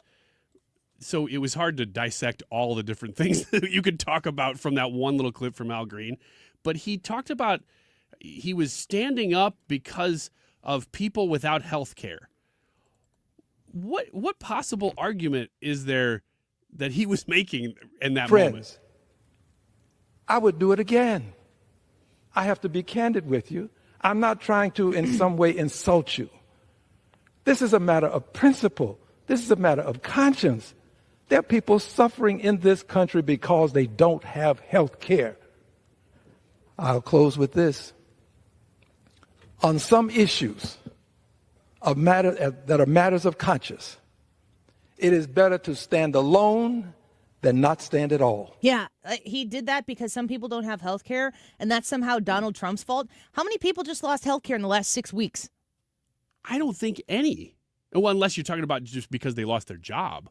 Well, yes. That would be the only way. A lot of the people who were looking to potentially get doged were going to get a buyout. Yeah, 8 months. Don't you think, too, that I don't know if maybe this isn't the right inference, so maybe I'm just wrong about this. But I do have the question, when it comes to what Elon Musk is looking to weed out through his team and what the Trump administration, like the initial bust into the room fraud that you're trying to find is where money is going out to an intended purpose, but it's not being received by the intended recipient. So we're paying money into the void, or we're paying it and somebody else is taking that and cashing that. So it's like if you eliminate that type of stuff. There might be jobs where people aren't actually doing those jobs anymore. And we're talking about Social Security checks that are going out. I don't think we know the truth to the fact of these 200-year-old people who are still receiving Social Security checks. Did they cash them? Do we know that fraud really exists? Is that money really going out? Or is it an accounting error? I don't think we know the answers to this, but finding out if there are people, we've talked about this on the show for a couple of weeks now, but there are a lot of, our government is full of hardworking, patriot, American-loving workers who help make America the greatest country on the face of the planet. Government worker does not equal waste of space. But to suggest that in our government workforce, or especially where the checks are written out and sent to, that there isn't fraud and waste and abuse taking place? I mean, come on. You can't possibly look at any business and say that there is 0% fraud, waste, and abuse. And when it comes to the government, it's all funded through taxpayer dollars. Like if there's a business out there and they're making bad choices and they're not watching where their dollars are going, then that's on that business and maybe they won't be in business very long. But when it's the American taxpayer-funded government, there should be none. And we should want to root out every square inch of fraud, abuse, and waste that exists and make sure that we do that on behalf of the American taxpayer, the American voter, the American citizen. I don't know why you'd have to footnote qualify that if there's fraud, waste, and abuse, we should root it out. I don't know why you'd have to add the asterisk and footnote and be like, and I also know that not every government worker is fraud, waste, or abuse. Just like you can look at Zelensky in Ukraine and go, I don't know if this guy is really doing the right thing or handling this well, or be critical of the dollars that aren't accounted for that we've sent over out of your paycheck to Ukraine. Why you shouldn't raise an eyebrow to that and ask a question without also not having to say, oh, and Vladimir Putin is a murderous dictator and he's a terrible, terrible person who's done terrible, terrible things. Do you have to say Putin out loud sucks before you criticize Zelensky? If you say Putin sucks, can you then criticize Zelensky? Who makes the rules? I think the rules are different now. I've never worked for the government, but everybody has worked or known somebody who's worked for a company. I have relatives that work for a company that is, I don't even know if it's like a household name, but it's a big company. And they, for years, were just doing great. They had no government contracts. They were just a really successful company, big company.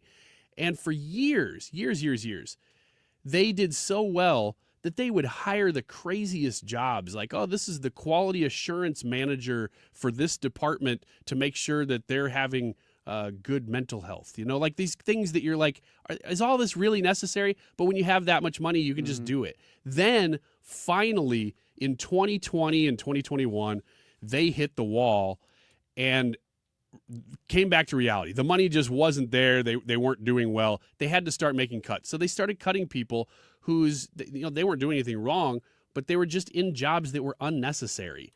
That is times 100 with the government, because the government has an unlimited supply of money, or has up until now. And so they just add and add and add and add. And at some point you go, all of this, though, even you individual, you might be doing a great job at whatever thing you're doing, but your job may not be necessary because for 20 years we've been adding jobs upon jobs upon jobs upon jobs. Yeah, and that's something that the private sector understands very, very well. The YouTube live chat poll for today: can the Democratic Party recover in time to make gains in the midterm election? Brad, your thoughts on this question today? I mean, yeah, they can. As in their current iteration, they can't. But yeah, there's a lot of time between now and then. I think you said something like 18 months before the midterms. That's an eternity. So yeah, they could absolutely turn things around and make gains. But I just hope they keep going on the path that they're going so that they don't. Yeah, I think absolutely yes. And I really want to ask this question to, I don't know how this poll will shake out. We'll see if you all believe that the Democratic Party can recover in time to make gains in the midterm. I don't want us to get complacent, not even for a second. If we feel like we're winning now, we need to win harder tomorrow. And then again the day after that. The things that are being implemented right now by the Trump administration, some of them have people kind of holding their breath a little bit to see how it's going to unfold. We need to make sure that we are sticking to the plan, that Donald Trump is not held back at all by stupidity via politics, that he is supported with the Republican control that he has in the House and the Senate right now, so that we're not saying in a year from now, when we're getting hot and heavy into the midterms, well, if the slim Republican majority in the House would have just worked better with Donald Trump, we wouldn't be here. We need to avoid that because, in my opinion, the best way for the Democratic Party to recover in time is if the Republican Party falls flat on their face. Now is a good time to get involved. Pay attention to who in your district, if you've got a Democrat seat that could flip Republican, pay attention to who might be running for that. Support people who are, and make sure you get the message out. Be a part of the positivity behind this movement because the positivity is really there. Ethan, do you have any thoughts on this, or are you just here for the results? I think that, honestly, similar to Brad, I think that it is possible, but a lot would have to happen. Before you give the results here real quick, have you seen some of the social media things the Democrats are trying as a young person? Like the dancing video, Choose Your Fighter? Did that motivate you maybe to change teams? No, they're freaking idiots. Looks so stupid. I changed my mind. That doesn't surprise me. Ryan keeps asking us to do a video like that. I keep telling him no. It's so cool. So cool. Choose Your Fighter. So neat. I love it. Ethan? 289 votes on today's YouTube live chat poll. Can the Democratic Party recover in time to make gains in the midterm election? 63% say no, 37% say yes. And Chris on YouTube says Ethan, one-legged ducks do not swim in circles. I don't know what that means. I refuse to believe that. AnnieFryShow.com/podcast, the Odyssey app. Mark Reardon Show next on 97.1 FM Talk. Step outside and fall in love with your backyard again. From inviting porch overhangs to durable composite decks and cozy screen rooms, Lakeside Renovation and Design creates stunning outdoor living spaces designed for relaxation, entertaining, and making memories. With expert craftsmanship and top-quality materials, your new outdoor oasis will be perfect for every season. Call Lakeside Renovation and Design today or visit lakesiderd.com to get started. Let's turn your backyard into the retreat you've always dreamed of. Confidence is knowing you're ready to handle whatever comes your way. That's what it feels like to take on your workday with Cintas. They make sure your AEDs are up to date, your fire extinguishers are tested and inspected, your floor mats are cleaned and delivered, and your workwear looks good, feels good, and is freshly laundered with the Cintas Apparel Plus program. So are you ready to take on today? Visit Cintas.com and get ready for the workday.